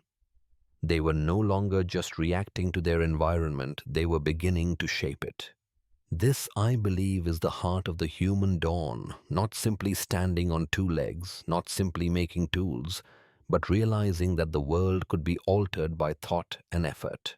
As they spread across savannas, early humans hunted in groups, shared food, raised children together. Language, though still primitive, began to form sounds linked to meanings, gestures, tied to intentions. The bond between individuals deepened, no longer just instinctual, but social cultural. For the first time, knowledge could be passed not only through genes, but through words, teaching imitation. Fire carried warmth, but language carried memory, and with it, the future. The earth must have looked different to those first humans. Where other animals saw only survival, they began to see patterns. The movement of herds, the change of seasons, the phases of the moon. They watched, they remembered, they connected cause and effect. In doing so, they became not just participants in nature, but observers of it. And with observation came imagination. I imagine a night on the African plains 2 million years ago. A small group huddled around a fire, flames, crackling sparks rising into a sky brilliant with stars. Children drowsy against their mothers, hunters gnawing at roasted meat, eyes flicking to the darkness where predators lurked but did not enter the circle of fire. Someone gestures to the sky, pointing at the constellations, telling a story, perhaps not yet in full language, but in sounds and motions that carried meaning. Around that fire, humanity was born. From those beginnings, the pace quickened. Stone tools became more refined, shaped with intention rather than accident. Spears allowed hunting from a distance. Skins were stitched into clothing. Shelters were built. Each innovation widened the circle of survival, each one carried knowledge further. And as brains grew larger, so too did the capacity for abstract thought, for memory, for planning. The dawn brightened. Yet it was not an easy dawn. Life was fragile, survival never certain. Droughts killed predators, stock disease spread. Entire groups vanished, leaving no trace but faint echoes in our DNA.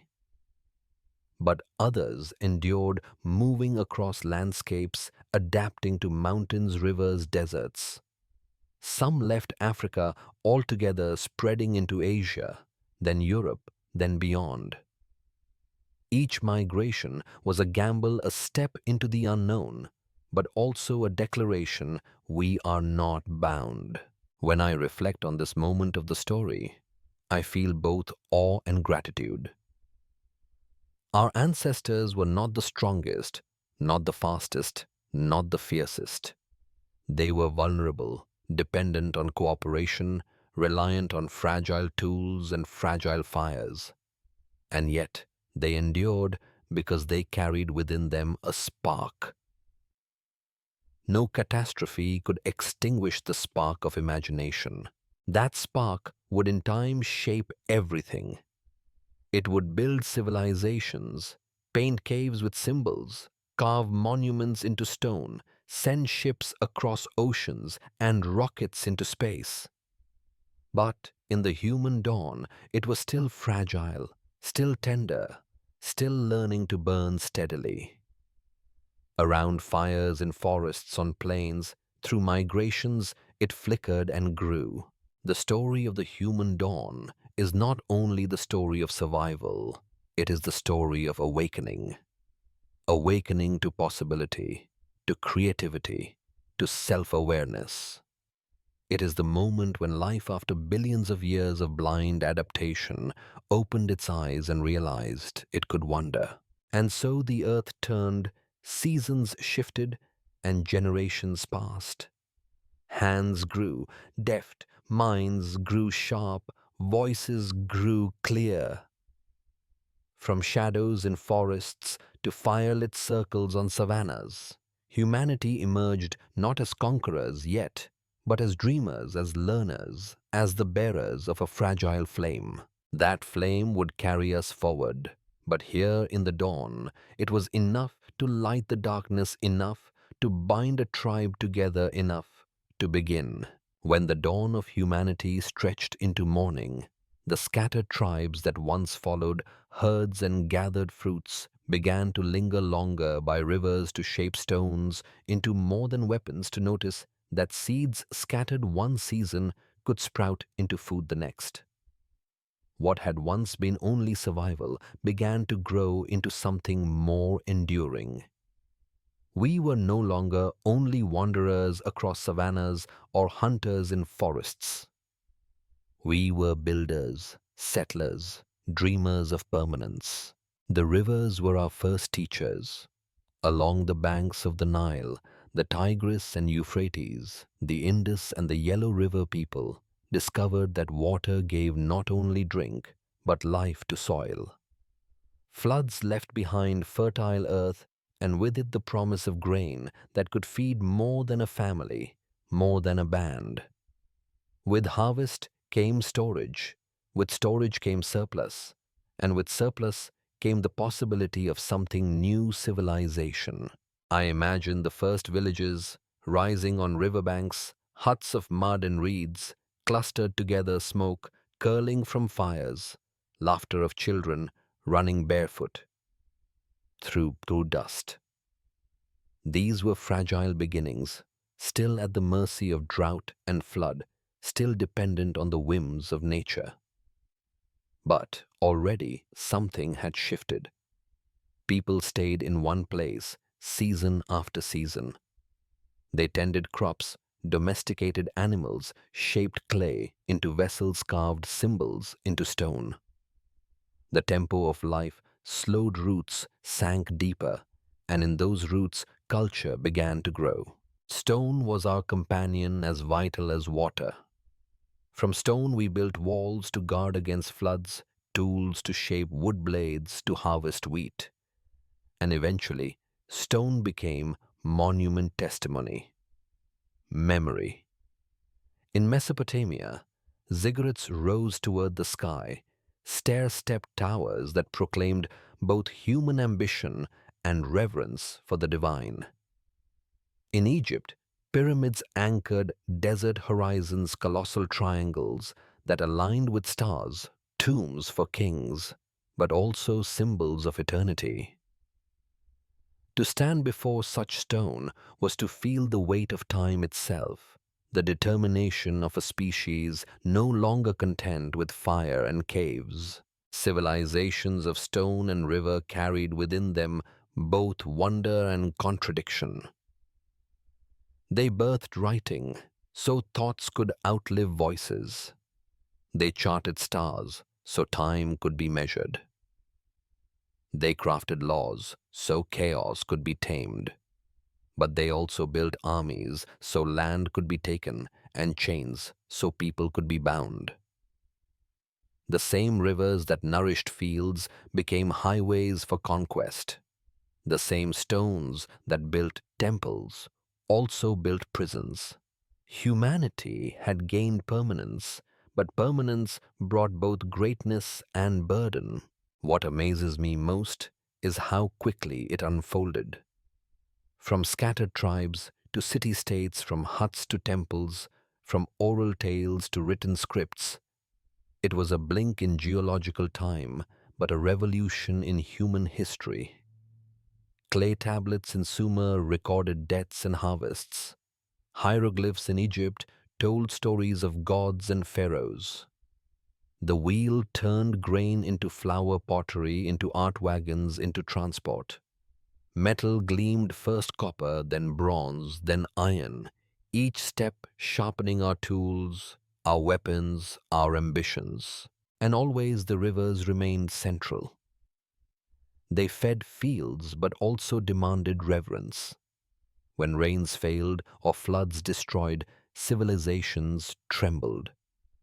People looked to the heavens for explanation, for patterns in stars, for signs in eclipses. Religion and astronomy grew together, both attempts to understand forces larger than ourselves. Temples rose not only as places of worship, but as observatories where priests watched skies, charted planets, and wove myths into meaning.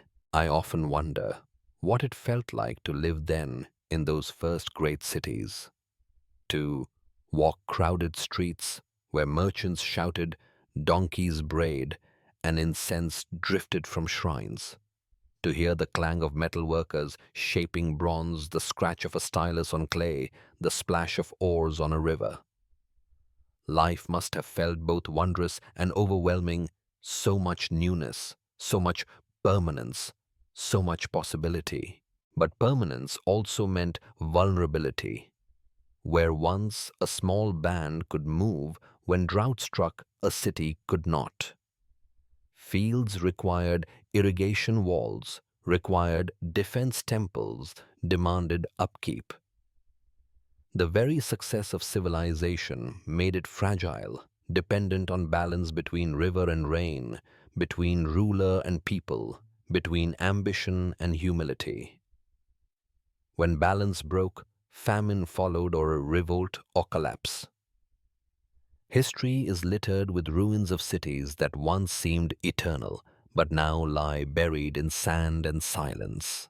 And yet, for all their fragility, those civilizations gave us foundations we still stand on. The first alphabets, the first laws, the first libraries. Mathematics that could measure land, calculate trade, and predict seasons. Medicine that tried to heal bodies, philosophy that tried to heal minds.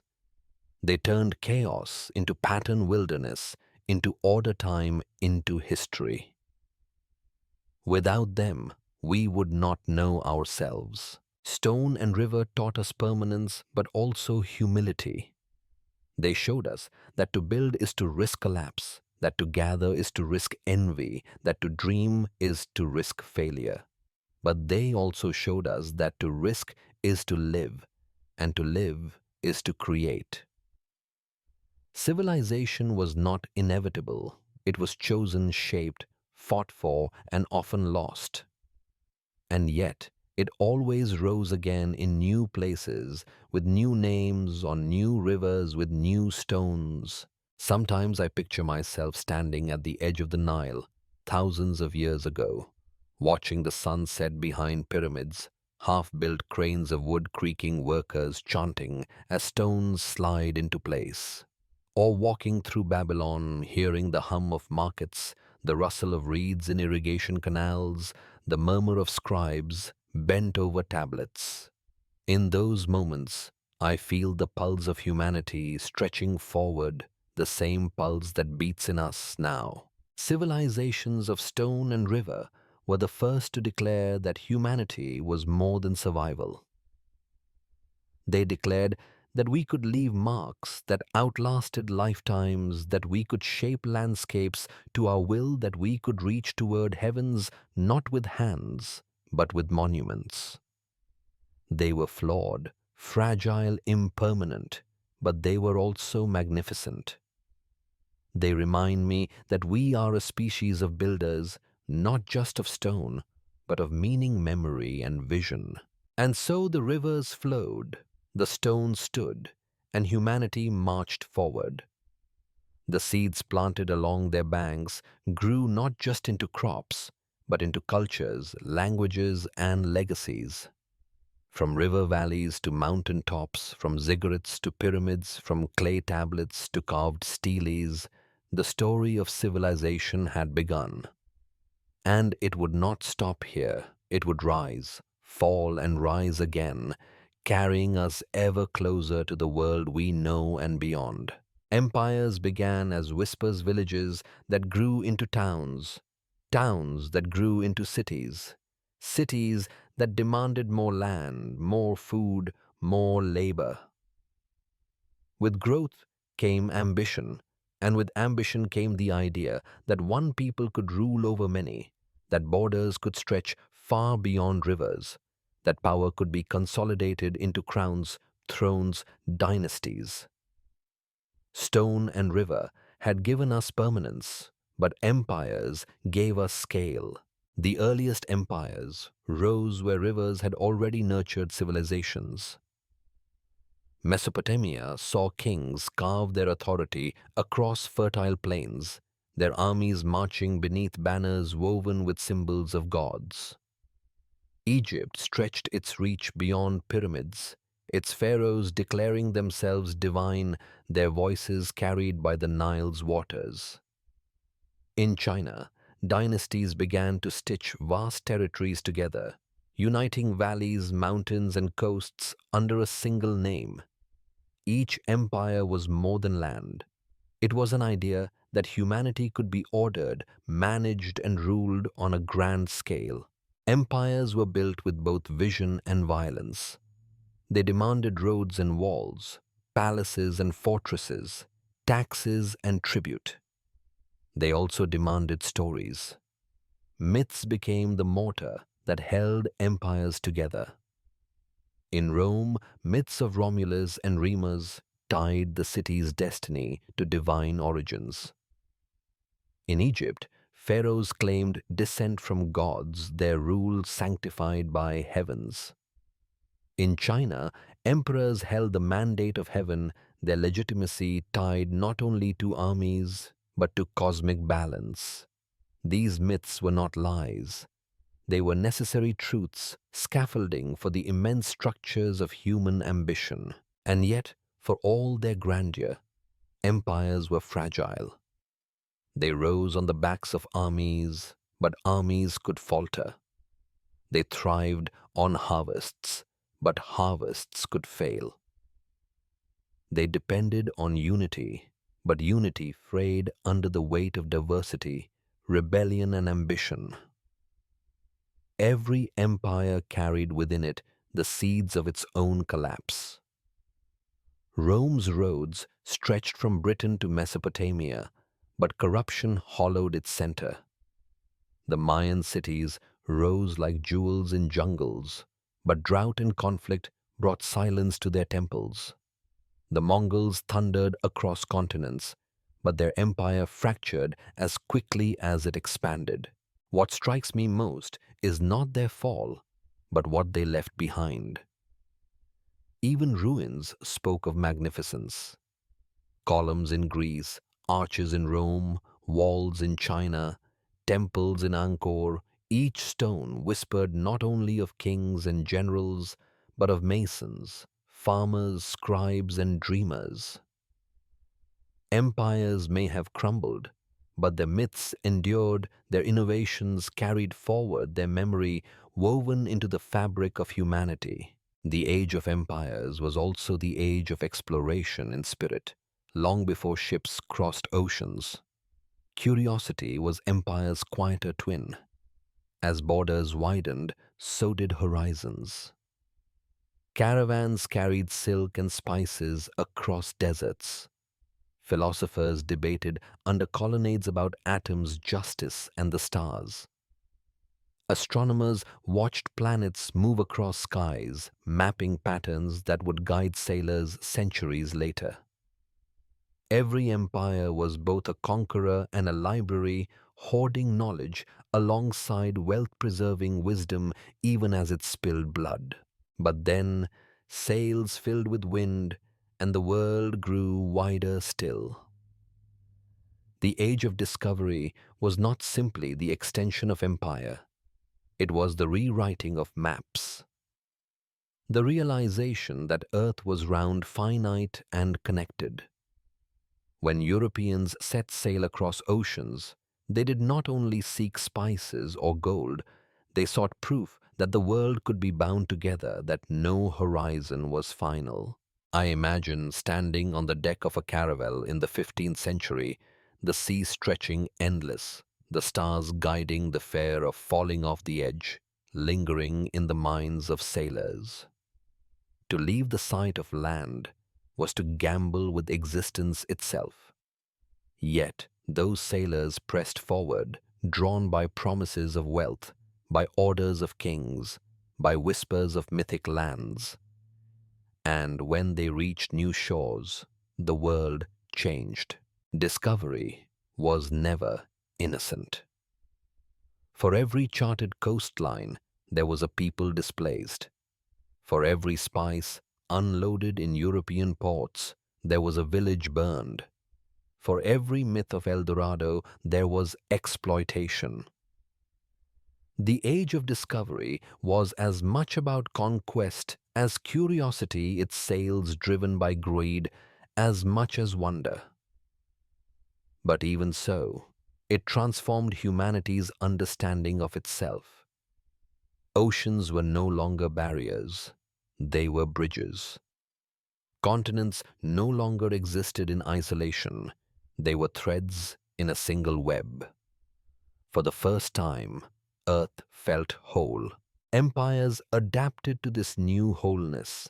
Spain and Portugal carved the seas with fleets their crosses and cannons claiming lands far from their own. Britain and France followed, weaving colonies into vast networks of trade, their flags planted in soil across continents. The Ottoman Empire held crossroads of east and west, while China's fleets reached into the Indian Ocean. The age of land empires gave way to maritime empires powered by sails, gunpowder, and hunger for expansion. And always myths followed. Discovery was cloaked in the language of destiny, of manifest purpose, of divine will. Empires told themselves they brought civilization, enlightenment, order. But beneath those myths lay the harsher truth of power and exploitation. To discover was often to take, to claim, to erase. Still knowledge spread with ships. New crops crossed oceans, potatoes and corn from the Americas, rice and spices from Asia, coffee from Africa. Diseases too spread, devastating populations unprepared for foreign germs. It was a world suddenly entangled, for better and worse, its fates intertwined. From this entanglement came both tragedy and transformation, both oppression and possibility. When I think of the age of discovery, I do not see only ships on waves. I see minds expanding old maps, discarded new stars charted. I see Galileo raising his telescope, Newton writing his laws, explorers sketching coastlines never seen before by European eyes.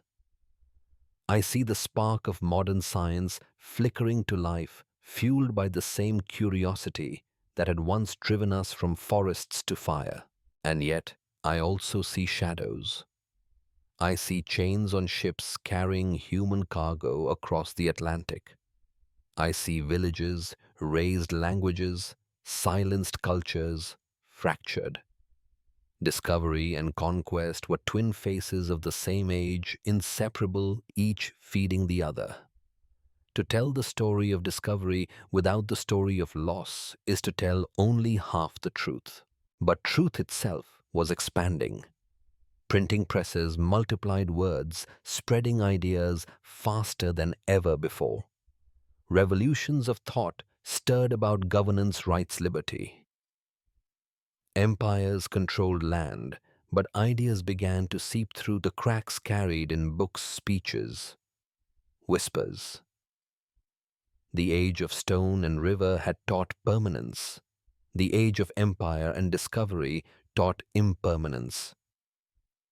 Change motion. Humanity was not fixed. It was moving restlessly across seas, across borders, across thought. Sometimes I wonder how it must have felt to live at the edge of this transformation. To be a sailor setting eyes on a shore no map described. To be a scholar opening a book printed in thousands of copies, not one. To be a villager watching strange sails approach bearing strangers whose language and weapons were alien. For some, it must have felt like the world expanding. For others, like it collapsing. Empires rose higher. Myths grew louder. Discoveries spread wider. But beneath it all, the human story was the same curiosity entwined with ambition, wonder shadowed by power. We wanted to know, to explore, to claim, to build. And in that wanting, we stitched continents together, bound humanity's fate into a single fabric. The age of empires and the age of discovery remind me that we are always double-sided. Our reach for the stars is matched by our hunger for control. Our myths inspire us but also blind us. Our discoveries illuminate but also disrupt. We are never only builders, never only destroyers. We are both, always both. And so the empires marched, the myths endured, the ships sailed, and the maps changed. Humanity's circle had widened beyond rivers, beyond continents, beyond the familiar. The story was no longer local, no longer regional. It was planetary. For the first time, Earth was whole, and we were its restless wanderers, still searching, still yearning, still building. The sails that carried empires across oceans had redrawn the map of the world, but they also redrew the map of the mind. For centuries, kings had claimed divine right, priests had claimed divine knowledge and tradition, had claimed authority over life itself. But as books multiplied and discoveries spread, whispers of a new idea began to ripple. That truth was not only in scripture, not only in kings, but could be found by reason, by observation, by experiment. The first revolution was not of machines, but of thought. The Enlightenment did not arrive with the clang of factories. It arrived with pens scratching on paper, with telescopes aimed at stars, with questions spoken in salons and coffee houses. What is justice? What is liberty? What is knowledge? These were not idle questions. They were sparks, small at first, then blazing. Philosophers like Locke, Montesquieu, and Rousseau debated the nature of government, insisting that power should not be absolute, that people had rights beyond the whims of rulers. Voltaire sharpened wit into a weapon mocking tyranny and superstition. Diderot compiled knowledge into encyclopedias, declaring that information itself was power. And across Europe, ideas spread faster than armies, unsettling monarchs more than swords ever could. Science, too, was transformed. Galileo's telescope had shown moons circling Jupiter, defying dogma. Newton's laws revealed a universe governed not by chaos or miracle, but by order predictable and elegant. The Earth was no longer the unmoving center of creation. It was one planet among many spinning through vastness. For some, This realization was terrifying. For others, liberating. The universe had become larger, but also more knowable. I imagined the wonder of standing beside Newton as he sketched diagrams of falling apples and orbiting planets, realizing that the same force bound both. Or watching a crowd peer through Galileo's telescope, gasping as they saw craters on the moon, realizing it was not a perfect sphere, but a world scarred like our own. These were moments when the veil of myth lifted begin. Reality itself seemed richer, deeper, more astonishing than legend. But thought alone does not change the world, it prepares it. The Industrial Revolution was thought made steel philosophy, made machine curiosity, made power. It began quietly in workshops, where inventors tinkered with gears and boilers, where coal fires glowed in furnaces. But soon, smoke rose over towns' rails stretched across fields, ships powered by steam cut across seas. Humanity had unlocked energy on a scale nature alone had once commanded. The spinning jenny turned cotton into cloth faster than any hand could. Steam engines drove pistons with relentless force. Iron smelted in blast furnaces, built bridges that spanned rivers, locomotives that outran horses, factories that never slept. Cities swelled as people left fields for mills, their lives tied not to sun and season, but to clock and wage. The rhythm of humanity shifted from the slow pulse of agriculture to the pounding beat of industry. Yet progress carried its shadows. Chimneys blackened skies. Rivers foamed with waste lungs filled with coal dust. Children worked long hours in mills, their small fingers nimble but weary. Families crowded into tenements, disease spreading faster than medicine could keep pace. Industry promised abundance, but often delivered exploitation. For every shining machine, there was a human body bent beneath it. And still change accelerated. Railroads shrank continents. Telegraph wires carried words across miles in moments.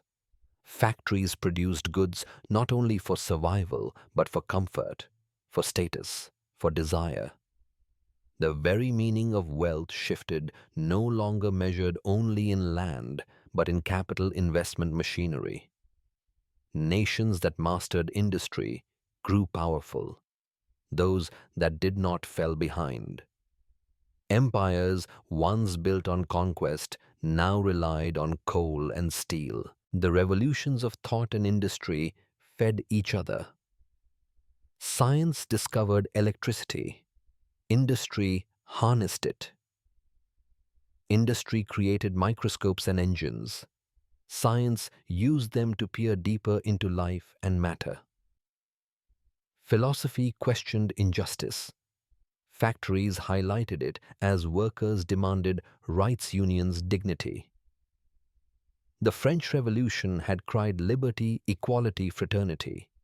The Industrial Revolution gave those cries urgency, echoing in strikes, protests, reforms. What strikes me most about this age is how fast everything accelerated. For thousands of years, life had changed slowly, generation to generation.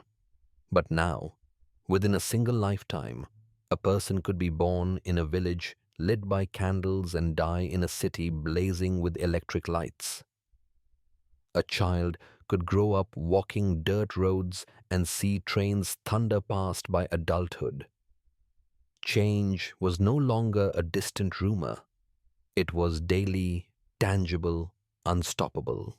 I often wonder how it must have felt to live in London in the 1800s, walking streets where horse-drawn carts rattled alongside locomotives, where factories belched smoke beside cathedrals centuries old.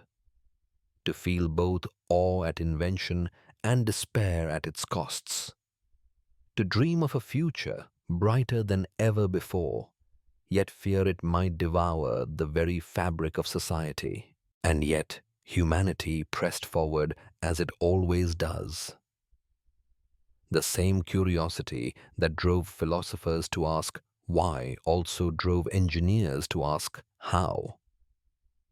The same imagination that painted revolutions in art and politics fueled inventions in laboratories and factories. We were remaking the world, not just in stone and river, not just in empire and sail, but in steam, steel, and electricity. The revolutions of thought and industry remind me that progress is never pure, never simple. Every breakthrough carries consequences. Every machine frees and binds, empowers and exploits. Every idea enlightens and unsettles. But together they push us forward, reshaping not only our world, but our very understanding of what it means to be human. And so the pens scratched the gears, turned the engines, roared.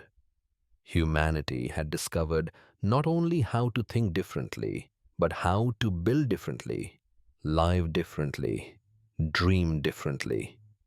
The pace of change had become relentless and there was no going back. The world had entered an age of revolutions, and from here it would only accelerate.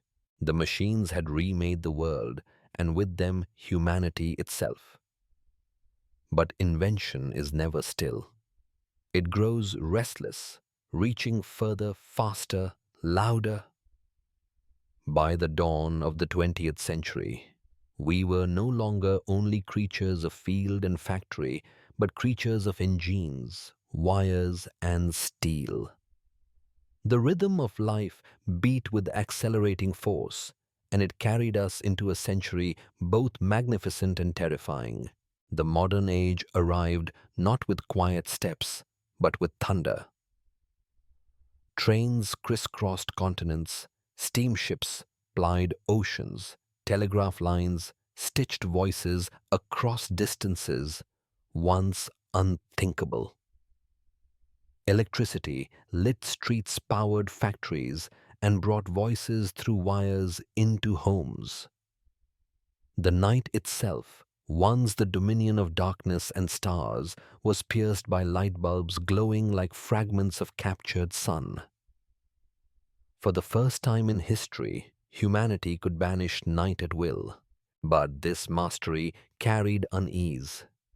When power can bend nature, it can also break it.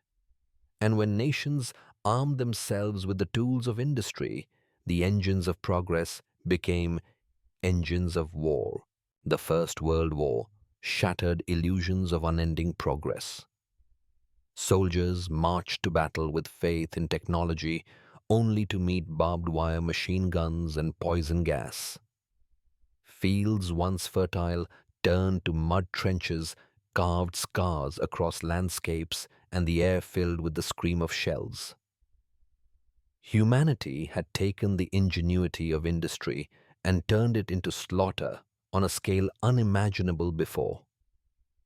Millions perished, empires crumbled, and yet the world reeled forward, stunned, but not stopped. What astonishes me is how quickly creation and destruction twined together. Even as war devoured lives, invention surged.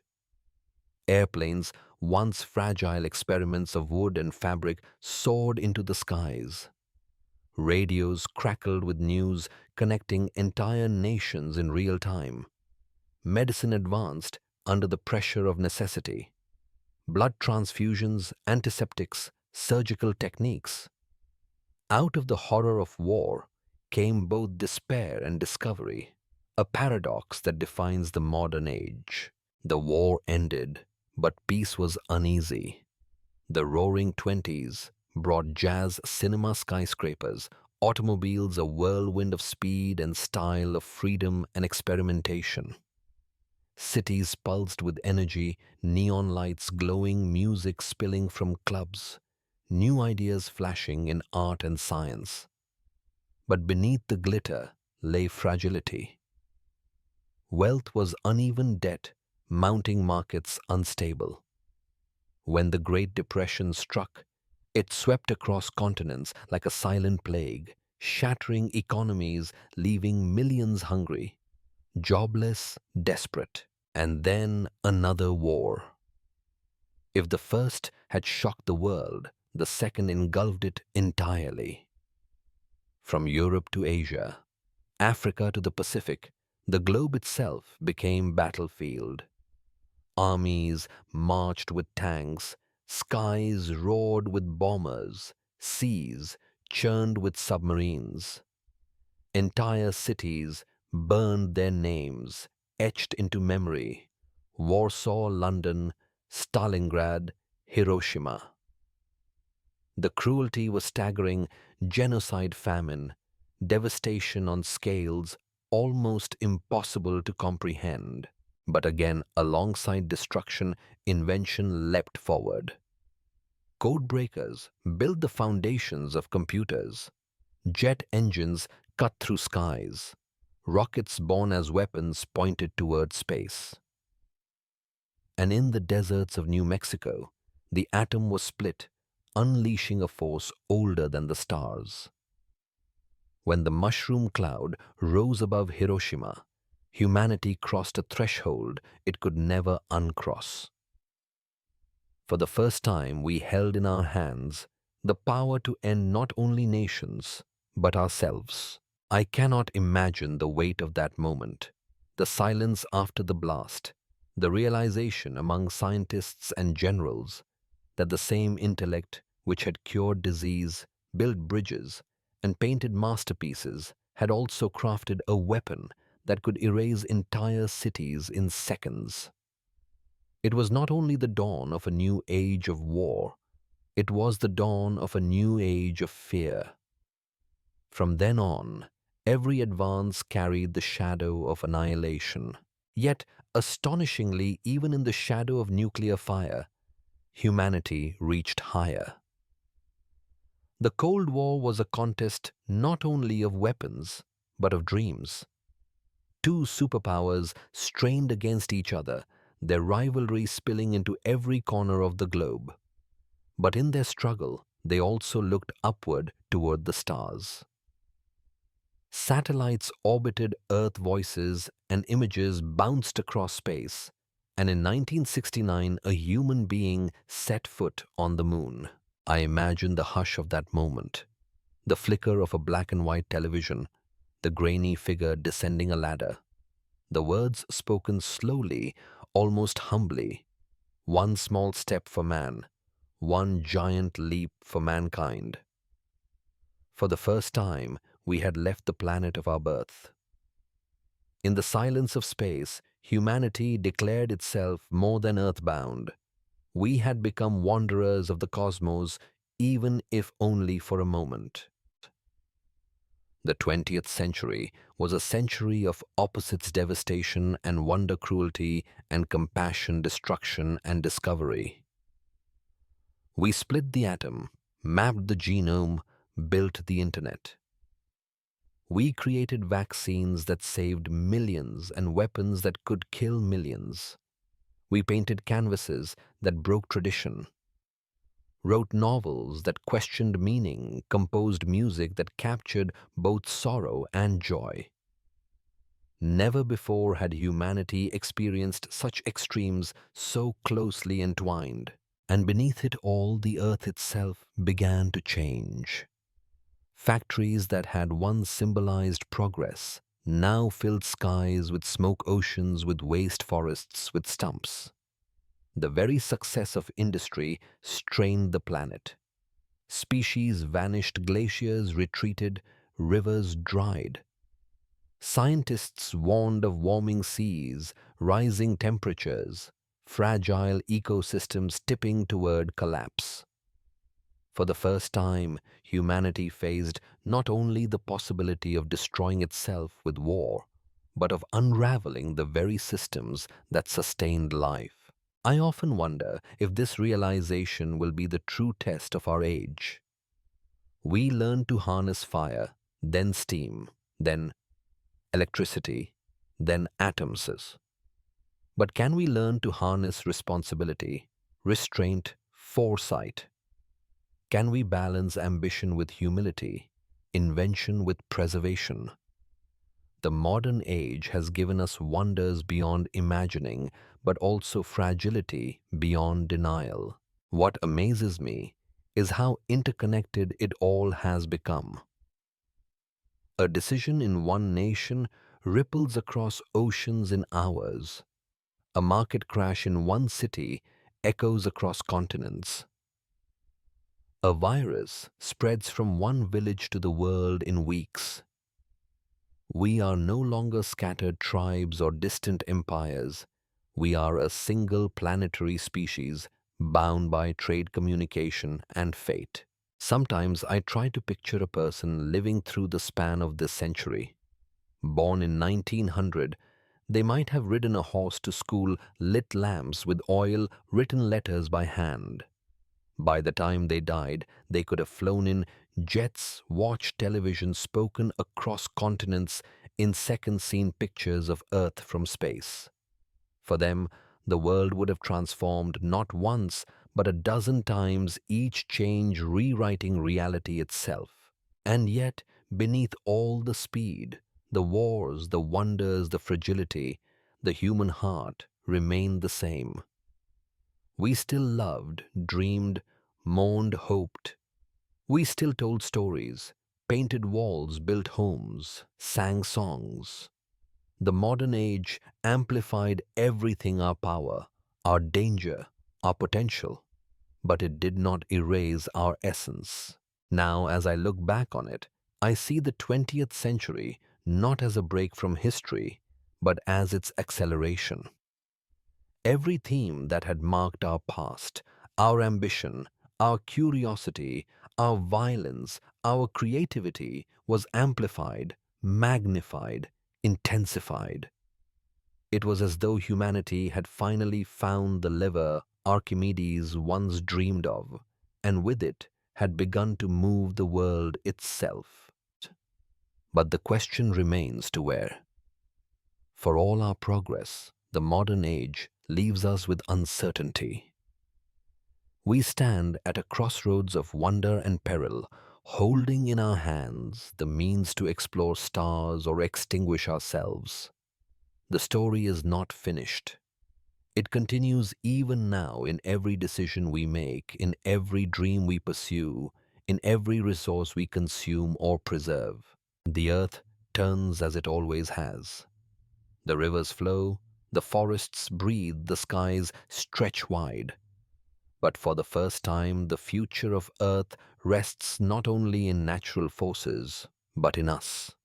And that truth, more than any empire, any discovery, any inventions, the defining legacy of the modern age. The modern age has left us standing at a threshold, and I feel the weight of it every time I look around. Cities glow with lights visible from orbit satellites, circle above, carrying voices and images across the globe, and scientists peer into the tiniest particles while also gazing at galaxies billions of light years away. Humanity has stretched its mind and its machines further than any creature before it. And yet, the more we reach, the more fragile everything feels. I think often about this paradox: never before have we been so powerful, and never before have we been so vulnerable. We carry the means to heal diseases that once ravaged generations, but we also carry the means to release plagues of our own making. We can split the atom for energy that lights entire cities, but that same atom can annihilate them in a flash. We can feed billions with technology, but our methods exhaust the soil and warm the air. The future is not a path laid before us. It is a choice branching at every step. Sometimes I imagine the earth itself watching us, the way a parent watches a child who has grown tall, strong, and restless. The planet has endured asteroid impacts, ice ages, volcanic winters and extinctions, and always life has found a way to continue. But humanity is different. We are no longer just passengers on this planet. We are shapers of its destiny. The forests fall because of us. The climate warms because of us. The oceans rise because of us. And yet, so too can they heal because of us, stabilize because of us, endure because of us. The choices before us are vast and they stretch across every horizon. We could choose a future of balance where technology serves life rather than consumes it, where energy flows from sun and wind instead of smoke and flame, where food is grown without stripping the earth bare. Or we could choose recklessness, chasing short gains while leaving deserts in our wake, filling skies with carbon seas, with plastic soils, with poison. The line between these futures is not abstract. It is drawn by the daily decisions of billions of hands, billions of minds. But the future is not only about survival, it is also about dreams. For centuries, we dreamed of flying and we built airplanes. We dreamed of reaching the stars and we walked on the moon. We dreamed of speaking across distances, and now our voices travel faster than thought. What we dream now will shape what comes next. Do we dream only of consumption, of endless growth, of more and more, without asking why? Or do we dream of harmony, of exploration, of wisdom equal to our power? I find myself drawn to both horizons, the one here on earth and the one beyond. On earth, we have unfinished work. Millions still live without clean water, without food security, without shelter. Inequality yawns between wealth and poverty, between opportunity and despair. If we cannot care for one another here, how can we claim to be ready for the stars? Yet beyond Earth, the stars call. Mars waits, silent and cold, its deserts reminding us of what Earth could become if neglected. Moons of Jupiter and Saturn hold oceans beneath ice, perhaps harboring life unseen. Beyond them, exoplanets orbit suns, light years away, some rocky, some blue, some perhaps with skies as wide as ours. The infinite horizon tempts us. Space travel is not just science, it is poetry, it is myth, reborn. When we look upward, we are reminded that we are not only creatures of soil and water, but of curiosity and wonder. To step onto another world would not only expand our survival, but expand our imagination. And yet, I know the truth. No matter how many planets we reach, this Earth will always be our first and greatest home. If we fail to honor it, no voyage among stars will redeem us.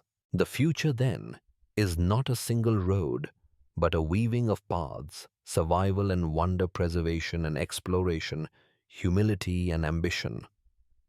We must learn to walk them together or risk losing everything. I imagine centuries from now, people telling stories of this time.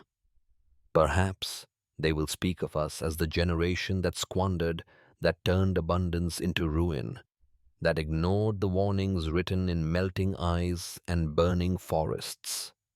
Or perhaps they will speak of us as the generation that awoke, that chose differently, that transformed fear into wisdom. The story is not finished, it is in our hands. What comforts me is that choice is not only in the hands of leaders or inventors or billionaires. It is in each of us, in the way we live, the way we treat one another, the way we imagine the future. Empires rise and fall, machines come and go, but imagination has always been our constant companion. If we can imagine a better world, we can begin to build it. And so I stand here at the edge of history and I look forward. I see skies filled with satellites and space stations, but I also see forests regrown, rivers cleaned, air cleared. I see children growing up with hope, learning not only to build, but to care. I see humans walking on other planets, but also tending carefully to this one. The infinite horizon is not out there alone. It is also here in the daily choices that ripple into centuries. The earth turns beneath us, steady, patient, carrying our triumphs and our mistakes alike. It does not rush, it waits. The question is whether we will learn to wait with it, to move with it, to live not only for ourselves, but for the life that surrounds us. If we do, then perhaps our story will not end in fire or silence, but in harmony, in wonder, in continuity. This is where the story of Earth has brought us through chaos and creation, through ice and fire, through empires and industry, through wars and wonders. And this is where the story turns to us, asking not what Earth will do, but what we will do. The infinite horizon is before us. It is vast, uncertain, fragile, magnificent, and it is ours to choose. So, as we close this journey together, I want to pause, to breathe, to let the weight of it settle. We are part of something vast and ancient, and yet we carry in us the future of it all. That is both a burden and a gift, a responsibility and a wonder. Thank you for walking with me through this story, for listening, for imagining, for remembering. If this journey has stirred something in you, I invite you to stay with us, to subscribe to Beyond Earth Stories, to continue exploring together. There are more questions to ask, more horizons to follow, more stories to tell. Until then, may you carry with you a sense of wonder, and may your days be touched with peace. Thank you, and may you be well. I'll see you in the next video.